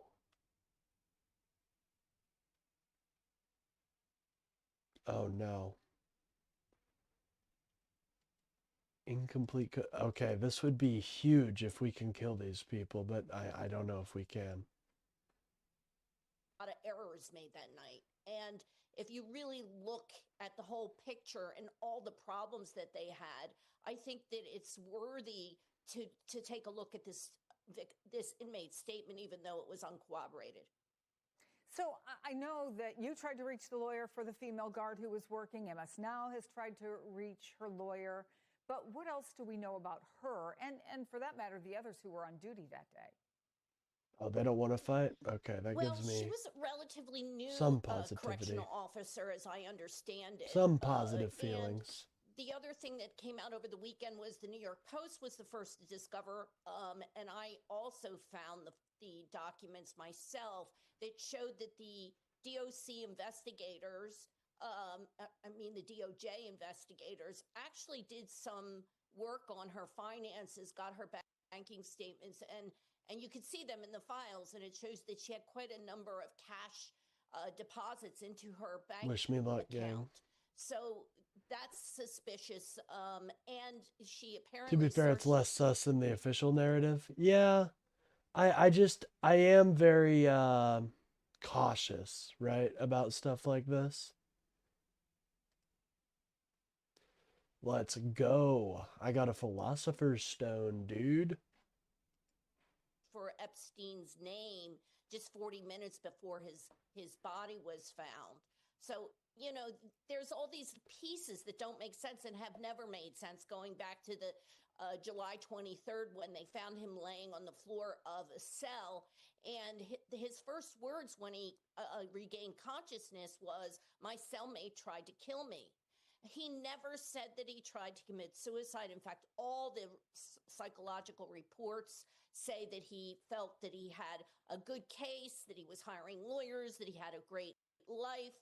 There's no indication at all that he was suicidal in these psychological evaluations. So one has to wonder why they didn't investigate and seem to, I guess, believe his cellmate who told him that Epstein tried to commit suicide. His cellmate was a Yeah, I think it says more about the official story than what random prisoner said. Yeah, I agree. The official story itself is pretty fucking fucked, and I don't think anybody really believes it. I think most people think Epstein was murked. And I mean, it's kind of hard not to think that, right? It's kind of, it's kind of difficult to disagree. It does seem like something happened to the guy. Something happened to old Jeffrey there. Quadruple killer, by the way, and they believed him when he said that Epstein tried to commit suicide, even though Epstein said that that wasn't the case. Let me make sure that I have this right as well, that when you talk about these cash deposits that were made by this guard, they were for, as I understand it, thousands of dollars. And Epstein's former cellmate also told prison officials that he did tell Epstein he'd be safer if he paid inmates and guards for protection. Yeah, this was a common thing that was happening at that prison. They did some subsequent investigation, and there were a lot of payments that were being made. There were a lot of cell phones. They did these through cash apps. And I just do want to remind people, this was under the Trump administration he got murked, okay? I think these little scumbags knew damn well. I think they killed him, personally. I was having a debate. Now, I don't really believe necessarily that Trump would fake his own assassination. Let me rephrase. I don't know if Trump faked his own assassination, but would it be hard to believe? No. Not at all. Not at all. This particular guard, by the way, had a lot of money coming in from cash apps as well. Some of these deposits, by the way, predated Epstein even coming into the prison. So it might be an indication that there was already a system in place for these extortion or these payments, protection payments, were common in that prison. But she did have one $5,000 cash deposit on July 30th, which was just after Epstein's alleged suicide attempt and just before his actual death. So it was right in the middle of that time she deposited $5,000 cash into her account. As you point out, it's going to raise a lot more questions as this story continues. Julie K. Brown, it's always good to talk to you. Thank you. All right. Well, that was interesting. We can watch a little more about the Epstein survivors, and then I'm probably gonna head out here soon, guys. By the way, thank you guys for so much for the likes, and the subs. I think we got a couple likes on here. Hey, I don't expect these to get much viewership as of right now. I gotta build up my audience, you know? Welcome back this morning. I gotta build up people that want to chat or just watch me for or just something to put on in the background. Epstein abuse survivors are calling for justice once again. The DOJ released more documents over the weekend, and an MS Now analysis found in the... Yeah, Trump's ear. So honestly, I think it was probably just a piece of glass that struck him, and he pretended like it was a bullet. But it would not take much to convince me that that man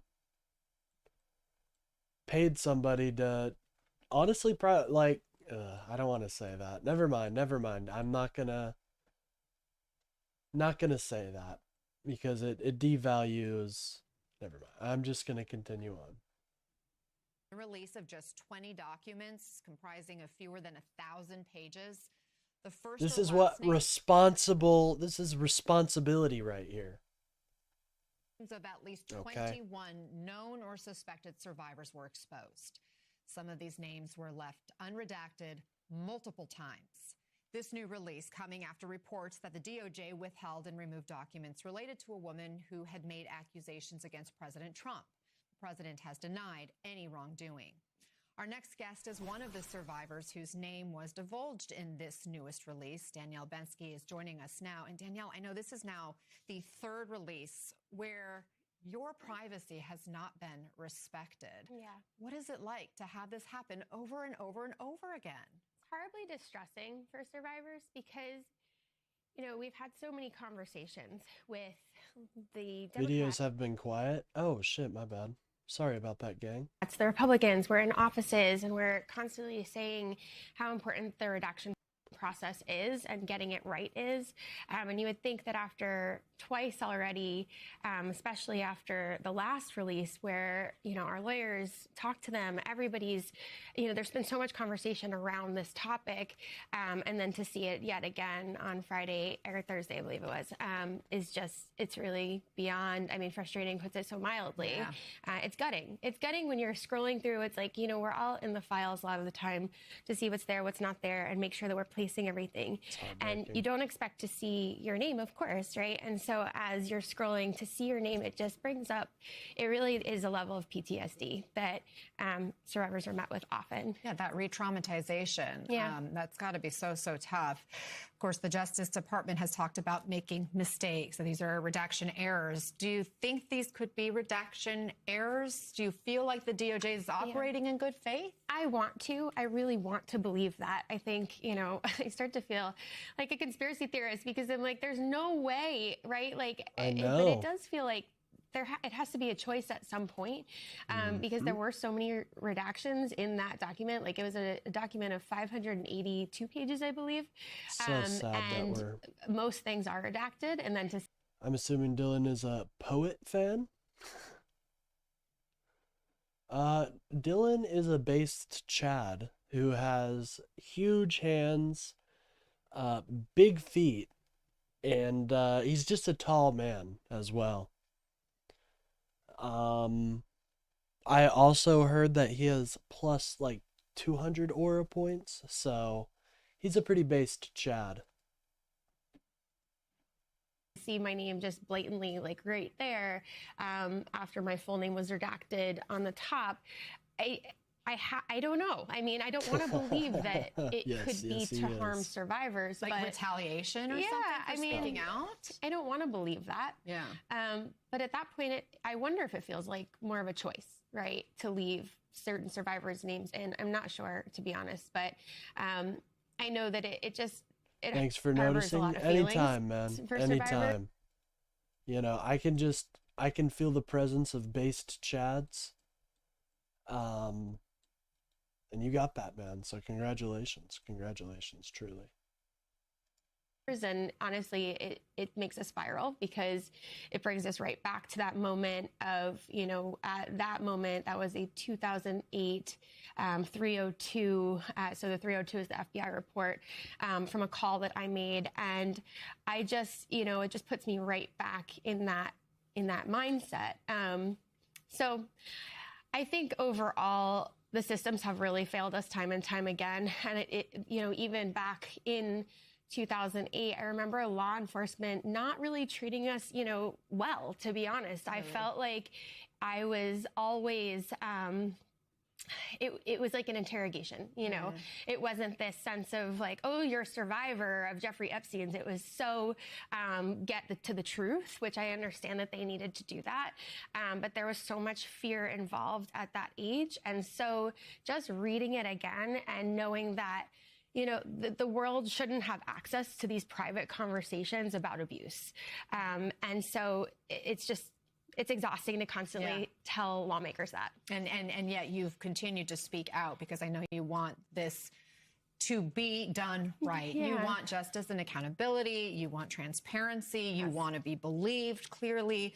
Now the House Oversight Committee has voted to subpoena the Attorney General over handling of these files. The political pressure is really building. You're hearing some Democrats saying that she needs to go. This coming after the ouster of Secretary Noem last week. What questions would you like to see Bondi answer? And do you think she should lose her job? In terms of community, by the way, I think we've got a great community right now anyways. And we're just growing. I appreciate everybody who has contributed. You guys really are dope as hell. So thank you guys so much for being the homies. We gotta kill a giant crab, so wish me luck. I mean, I think she needs to answer why the redactions have been done so poorly. At every turn, she said that a group of lawyers have been doing it. I almost would feel better if she said AI was doing it and just didn't catch it. And if that is the truth, then she needs to reveal that. We just really need some answers. And that is a fucking kind of a fiery accusation right there. I could see them using AI to just go through all this shit somehow. Because they're lazy. They're lazy as fuck, dude. They are like supremely incompetent and lazy.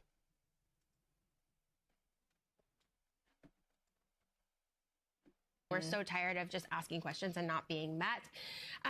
But I mean, again, we can't disregard them. I think this was probably malicious, to be quite frank. It is probably malicious. I feel like they don't want the survivors to speak out. And I don't think I'm crazy for thinking that. I think it's a fucking travesty what we've done to these survivors.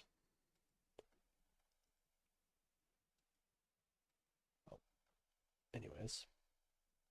I think that she needs to answer the questions before I think survivors can say whether she should be impeached or not. In recent weeks, we have seen former Prince Andrew arrested in connection with the Epstein files. We had the depositions of the Clintons, and now in the it's like, yeah, we've everywhere else is holding their people accountable. Here, not so much.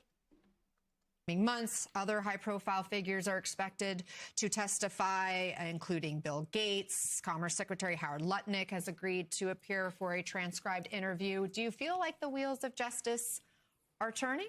I think so. I think it's important to remember that there are just so many layers to this story and so many levels of co-conspirators, and we're getting to the ugly truth of a lot of it, and that feels good in some respects, but also just it's complex, and we need to remember that. But I think as we continue to see more people subpoenaed, I think we gain more answers. So yeah, that feels good. Danielle Bensky, I'm glad to hear that. Thank you. Thank you so much. And it's good to see your smile. Yeah, thank you. Best of luck always. Thank you. Oh, it's so fucking sad.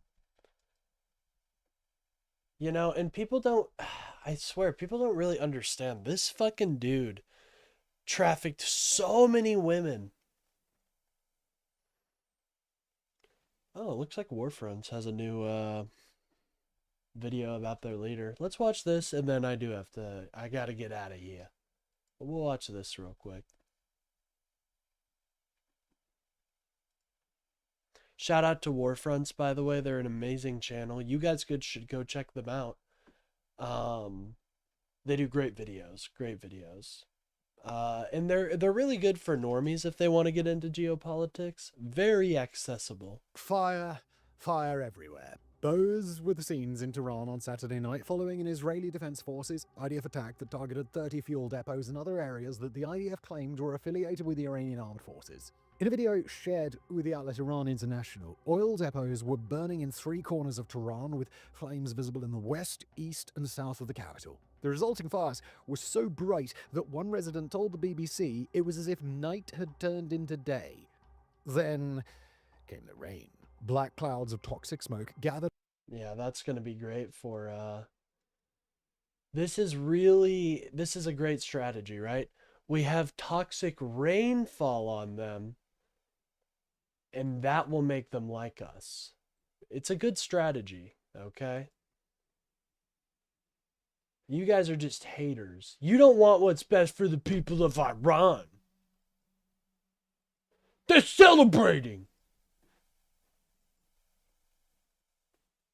Tehran, and rain saturated with what appeared to be oil fell on the city. Residents reported difficulty breathing, with the Iranian Red Crescent Society warning that the rain could be contaminated with toxic compounds which cause acid rain and have the potential to cause chemical burns and lung damage. But it wasn't just Tehran that was burning this past weekend. Flames ravaged a Kuwaiti government building in the early hours of Sunday following an Iranian drone strike. And in Israel, while the nation wasn't on fire, 6 people were injured, one of them seriously, following an Iranian ballistic missile attack that apparently used a cluster warhead on Sunday afternoon. These were the opening scenes in the second week of the war between Iran, Israel, and the United States. A war that at the moment seems to have no end in sight. We're the good guys. Remember that, guys. We are the good guys here. Just you remember that, okay? They're celebrating. They're celebrating, damn it. Oh. Oh, geez. It's hard. It's hard to listen to these people sometimes, and I gotta get ready for it. Infighting, succession, and apologies. On the first day of the war, the biggest story was the death of former Supreme Leader Ayatollah Ali Khamenei in the war's opening salvo, and at the start of the second week, the biggest story is the appointment of his son, Mujtaba Khamenei, as his successor.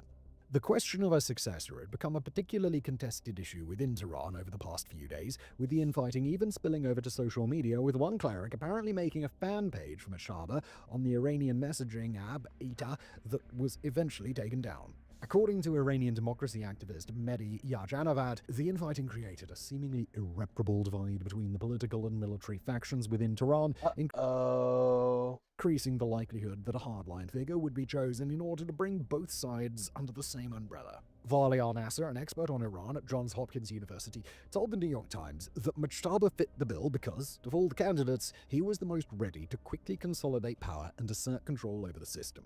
This is the most likely reason why the Assembly of Experts, an 88-member clerical body elected by the public every 8 years, chose him as the next supreme leader. This choice happened despite the fact that, according to the Times, the late Ayatollah had indicated to close advisors that he did not want his son to succeed him because he did not want the role to become hereditary.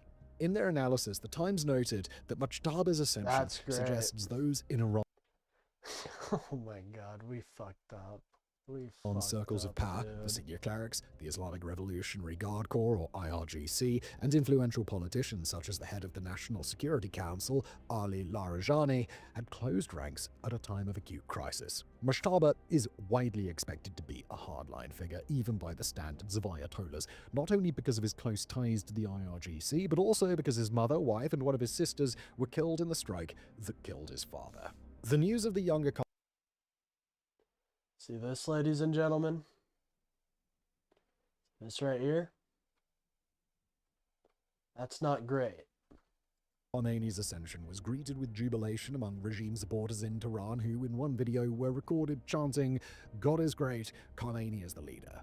Beyond the issue of selection, there's the question of whether Mujtaba will even survive long enough to rule. The IDF warned that it would target Khomeini's successor, and President Trump said that the next supreme leader needed to get approval, otherwise he wouldn't last very long. Regardless of these threats, though, it appears that Mujtaba will be Iran's next supreme leader. Mujtaba's selection happened at a particularly sensitive time for Tehran because of President Masoud Pezeshkian's apology to Iran's neighbors for recent strikes against them. Given that apologies between states are rare and apologies during wartime are an even rarer event, Pezeshkian's apology and his wording stood out. Quoting him here, "I deem it necessary to apologize to neighboring countries that were attacked. We do not intend to invade neighboring countries." You know what? We could have...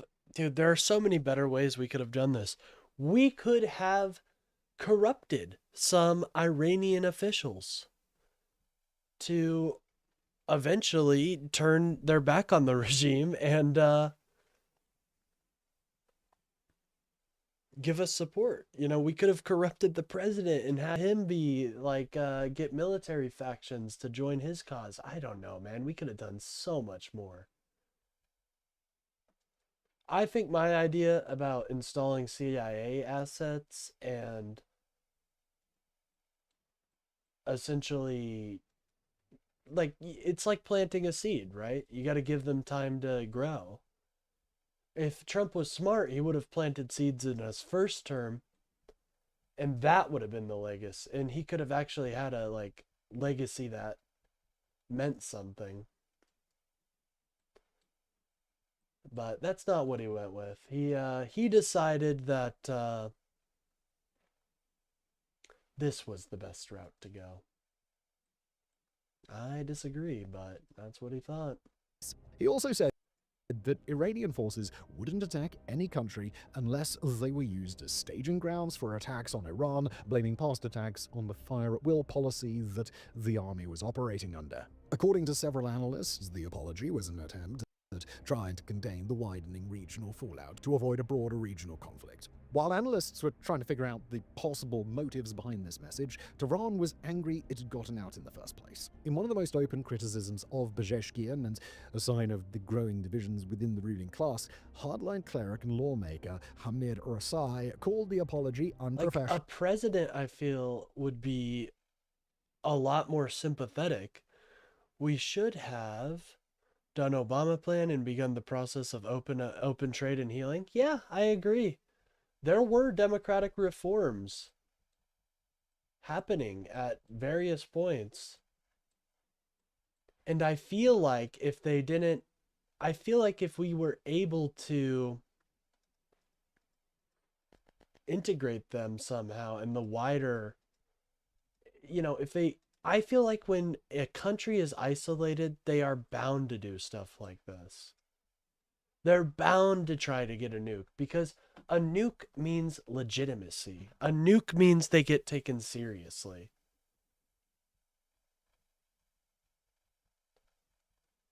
But, you know, personally, hold on, we got some spiders fighting.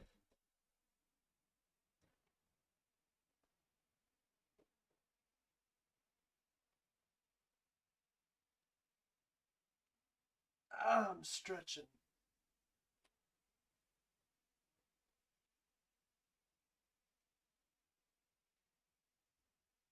Anyways.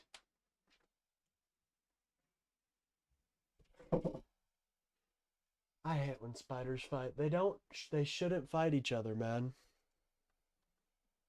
Weak and unacceptable. Another lawmaker, Mohammed Manan Raisi, described the remarks as humiliating. Even Gholam Hussein Mohseni Ejei, a cleric who serves alongside the president in a three-man transitional leadership council, openly criticized and contradicted him, saying the attacks would continue. Hours later, after facing intense criticism, President Pezeshkian issued another statement in which he asserted that Iran had not attacked its neighboring countries and omitted any apology at all. Sanam Vakil, director of the Middle East and North Africa program at Chatham House, told the New York Times that this was a sign of Pezeshkian's powerlessness within a military-dominated system. More broadly, the back and forth between the reformist president and the hardliners in the government represents one of the most important challenges that Mushtaba will face in his new role, balancing between the moderates and the hardliners. Away from the politics of factions and succession, we have to talk about a claim made by Ali Lajani that several American soldiers have been captured, but Washington had reported them as killed in action to conceal the incident. U.S. Central Command, or CENTCOM, denied the claim, calling it another example of Iranian lies and deception. And this is a really big allegation, and if it ends up being false, which it so far seems to be, then it would not only dent Lajani's credibility, but that of the entire regime. And for a ruling class that's already deeply unpopular, losing what little trust remains with both domestic and international audiences could prove more dangerous than any military setback. And speaking of military setbacks, on the battlefield. On Sunday, the IDF attacked Iran's aerospace headquarters, which was used for launching satellites, including the 2022 launch of the Kayam satellite using a Russian rocket. According to the Jerusalem Post, the site and Iran's growing space cooperation was viewed as a serious national security and intelligence concern for Israel and the West. Israel was particularly concerned that space cooperation between Moscow and Tehran would increase Iran's capabilities to launch intercontinental ballistic missiles, or ICBMs, as well as reduce Israeli spies' ability to penetrate the Islamic Republic's borders. The Post also reports that there were fears that Iran could incorporate the satellites into a future nuclear weapons program to develop a weapon capable of hitting the US mainland. Israel also targeted what the IDF described as Iran's two most central ballistic missiles. Someday those rinky-dink rockets will make it here, and you will regret it. You will regret the day. Production sites, one at the Parchin military complex south of Tehran and the other in the Shahrud area, some 2,000 kilometers from Israel. The strikes on Shahrud were particularly significant because it was where most of the missiles fired at Israel were manufactured. The IDF said that the recent strikes caused significant damage to Iran's missile production capabilities, setting Iran back years. The IDF also claimed that these attacks significantly limited Tehran's ability to arm its proxies. Another notable strike hit the Mehrabad airport in Tehran, destroying 16 aircraft that the IDF claimed were being used to supply weapons to Hezbollah. And that brings us to Lebanon, where Israel carried out a major operation over the weekend to locate the remains of Ron Arad, an Israeli pilot who went missing in Lebanon in 1986. The Guardian reports that 2 Israeli helicopters landed outside the towns of Nabi Chit and Karaibeh along the Syrian-Lebanese border in the eastern Bekaa Valley at 10 p.m. on Friday night, dropping off Israeli soldiers. The soldiers then headed to a cemetery in Nabi Chit and began to dig up a grave where they suspected the remains of Ron Arad were held. Both the Lebanese army and Hezbollah claimed that they had detected the incursion, and that's when, and we'll use a technical term here, all hell broke loose. Hezbollah claimed that its fighters ambushed the soldiers outside the cemetery, supported by the residents of the area, with the fighting lasting until 3 a.m. Videos of the incident showed a constant stream of tracer bullets flying through the air, and residents calling for people from other villages, most of whom are heavily armed and support Hezbollah, to come and help repel the Israelis. In response to the attacks, the Israeli military launched get up and get something. My at least apologies. 40 airstrikes on the town, leaving more than 40 people A dead demon and scores whip? more injured. Ooh, The Nabi Chit I can't operation afford was it. the deepest Israeli forces have penetrated into Lebanon since November 2024, when special forces apprehended a Hezbollah operative from the northern city of Patron, and it represents the growing reach of Israeli operations as the conflict with Hezbollah intensifies across multiple fronts in Lebanon. American operations also continued throughout the weekends, with U.S. forces targeting a freshwater desalination plant on Iran's Keshem Island in the Strait of Hormuz. Abbas Araghchi, Iran's foreign minister, said the strikes had cut the water supply of 30 villages and warned that the U.S. had set a dangerous precedent. Regional observers have long feared that desalination plants could be targeted because they supply water to millions of people across the region, and they present an easy target for any government looking to put pressure on its enemies. There are about 400. So I may have just died. Like the version of me in the game, but that's all right. Desalination plants in the Middle East, which combined produce about 40% of the world's desalinated water. Knock them offline for long enough, and normal life suddenly becomes extremely hard for a whole lot of people. That's true of the Gulf states as well. Iran retaliated with a drone strike against Bahrain that damaged a desalination plant and injured 3 people. Despite the damage, the nation's electricity and water authority said supplies remained online. Bahrain is particularly vulnerable to attacks on its water infrastructure because it has no natural aquifers and relies almost entirely on desalinated water and a pipeline from Saudi Arabia to supply its residents with water. Neil Quillian, Associate Fellow, Middle East and North Africa Program at Chatham House, described the attack as a major escalation in an interview with The National. Quoting him here, Iran is moving on from striking assets that hurt Gulf economies and global energy markets to ones that will have a material effect on the livelihoods of Gulf citizens. End quote. Iran also targeted the United Arab Emirates over the weekend, attacking several targets including Ben Zayed Airport in Abu Dhabi, a residential building, and a hotel. UAE's Ministry of Defense announced that it intercepted 16 ballistic missiles launched toward the country and that another missile fell into the sea. There have been reports that the UAE struck an Iranian desalination plant in retaliation in what would have been its first retaliatory attack since the beginning of the war, but a senior official speaking to the Jerusalem Post denied those claims.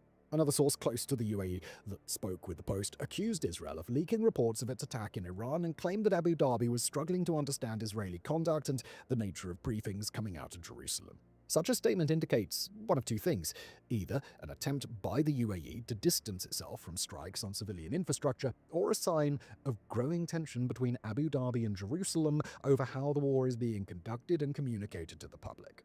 In Jordan, analysts were finally able to confirm the extent of the damage of an earlier Iranian strike targeting facilities associated with the high-end Terminal High Altitude Area Defense, or THAAD system. Satellite imagery showed that a radar unit belonging to a THAAD battery stationed at the Muwafaq Salti Air Base had been destroyed. The radar system involved is believed to be the ANTPY-2 radar, a highly sophisticated missile detection system manufactured by Raytheon, which costs close to $500 million, according to US defense budget documents indicating just how much the war is costing not just the Middle East, but also Washington. Washington and Jerusalem. Finally, we're going to turn our attention to two stories that could shape the outcome of the war, or at least its shape in the coming weeks.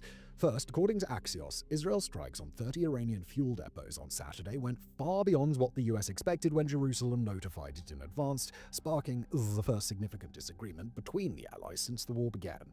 While Israel claimed that the fuel depots were used by the Iranian regime to supply fuel to different consumers, including its military organs, an American official told Axios that Washington didn't think it was a good idea. Washington's concerns were twofold. First, the US was concerned Israeli strikes on infrastructure that serves ordinary Iranians could backfire strategically, rallying Iranian society to support the regime. We have to point out here that while the regime is extremely unpopular for its violent excesses, including the deadly crackdown on protesters in January, there's been a long history of unpopular regimes using foreign attacks to rally the nation behind them. In a previous interview with the Warfronts team that you can listen to on our premium subscriber service, Fronts.co, Professor Rockford Whites from Tufts University Fletcher School of Law and Diplomacy estimated that about 40% of the nation supported the regime. Attacks that target public infrastructure or that hit too close to home for the civilian populations could see that number increase significantly. The other concern was about oil prices. The footage of burning depots could spook oil markets and push prices even higher than they already are. A Trump advisor told Axios that the president doesn't like the attack, that he wants to save the oil and doesn't want to burn it because it reminds people of higher gas prices. It's a valid concern for the president, as the average price of gas in the US has shot up from about $3 per gallon before the strikes to $3.45, with more increases expected. Indeed, some analysts predict the prices could hit all-time highs before the end of March. Washington's backlash to the strikes was so intense that Lindsey Graham, a longtime Iran hawk who coached Israeli Prime Minister Benjamin Netanyahu on how to lobby President Trump for action in Iran, publicly criticized Israel's choice of targets, urging them to be more careful to ensure that the Iranian people could rebuild once the regime collapses. While that might not sound like much of a rebuke, coming from someone whose defining foreign policy position is pushing for an even closer relationship with Israel, well, the fact that he said it publicly highlighted just how concerned the administration was about the strikes. And second, while Washington and Jerusalem argued over the oil depot strikes, both governments have been discussing an even more ambitious operation. According to Axios, the US and Israel have discussed sending special forces into Iran to secure its stockpile of highly enriched uranium, which is estimated to be about 450 kilograms at a later stage of the war. American Secretary of State Marco Rubio alluded to the possibility of such an operation during a congressional briefing when he said that people would need to go in to secure Iran's enriched uranium. Any operation to seize the material would require US or Israeli troops on Iranian soil navigating heavily fortified underground facilities in hotly contested areas. Sources told Axios that such a mission would likely only take place after both countries are confident Iran's military can no longer mount a serious threat to the forces involved. However, unless they killed or disarmed every member of Iran's armed forces and their associated militias, such a mission would still carry major risks. At the moment, such a mission remains a hypothetical, but the fact that it's even being discussed shows how confident America and Israel are that they will win the war. President Trump basically said as much during an interview with the Times of Israel when he declared that the war would end by mutual consent between him and Prime Minister Netanyahu. For now, the conflict grinds on, and until the war does come to an end, we will continue to monitor developments and bring you updates as they happen. And thank you for watching. God bless war fronts. Anyways, ladies and gentlemen, I'm gonna get out of here.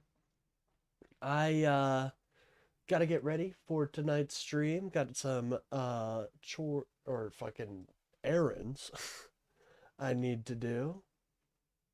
And yeah, I guess I will see you guys tomorrow. Or not tomorrow, later tonight. If you guys enjoyed the stream, don't forget to like and subscribe. It really does help out the channel. I really appreciate you guys. You guys have been absolutely killing it with the likes and the subs today.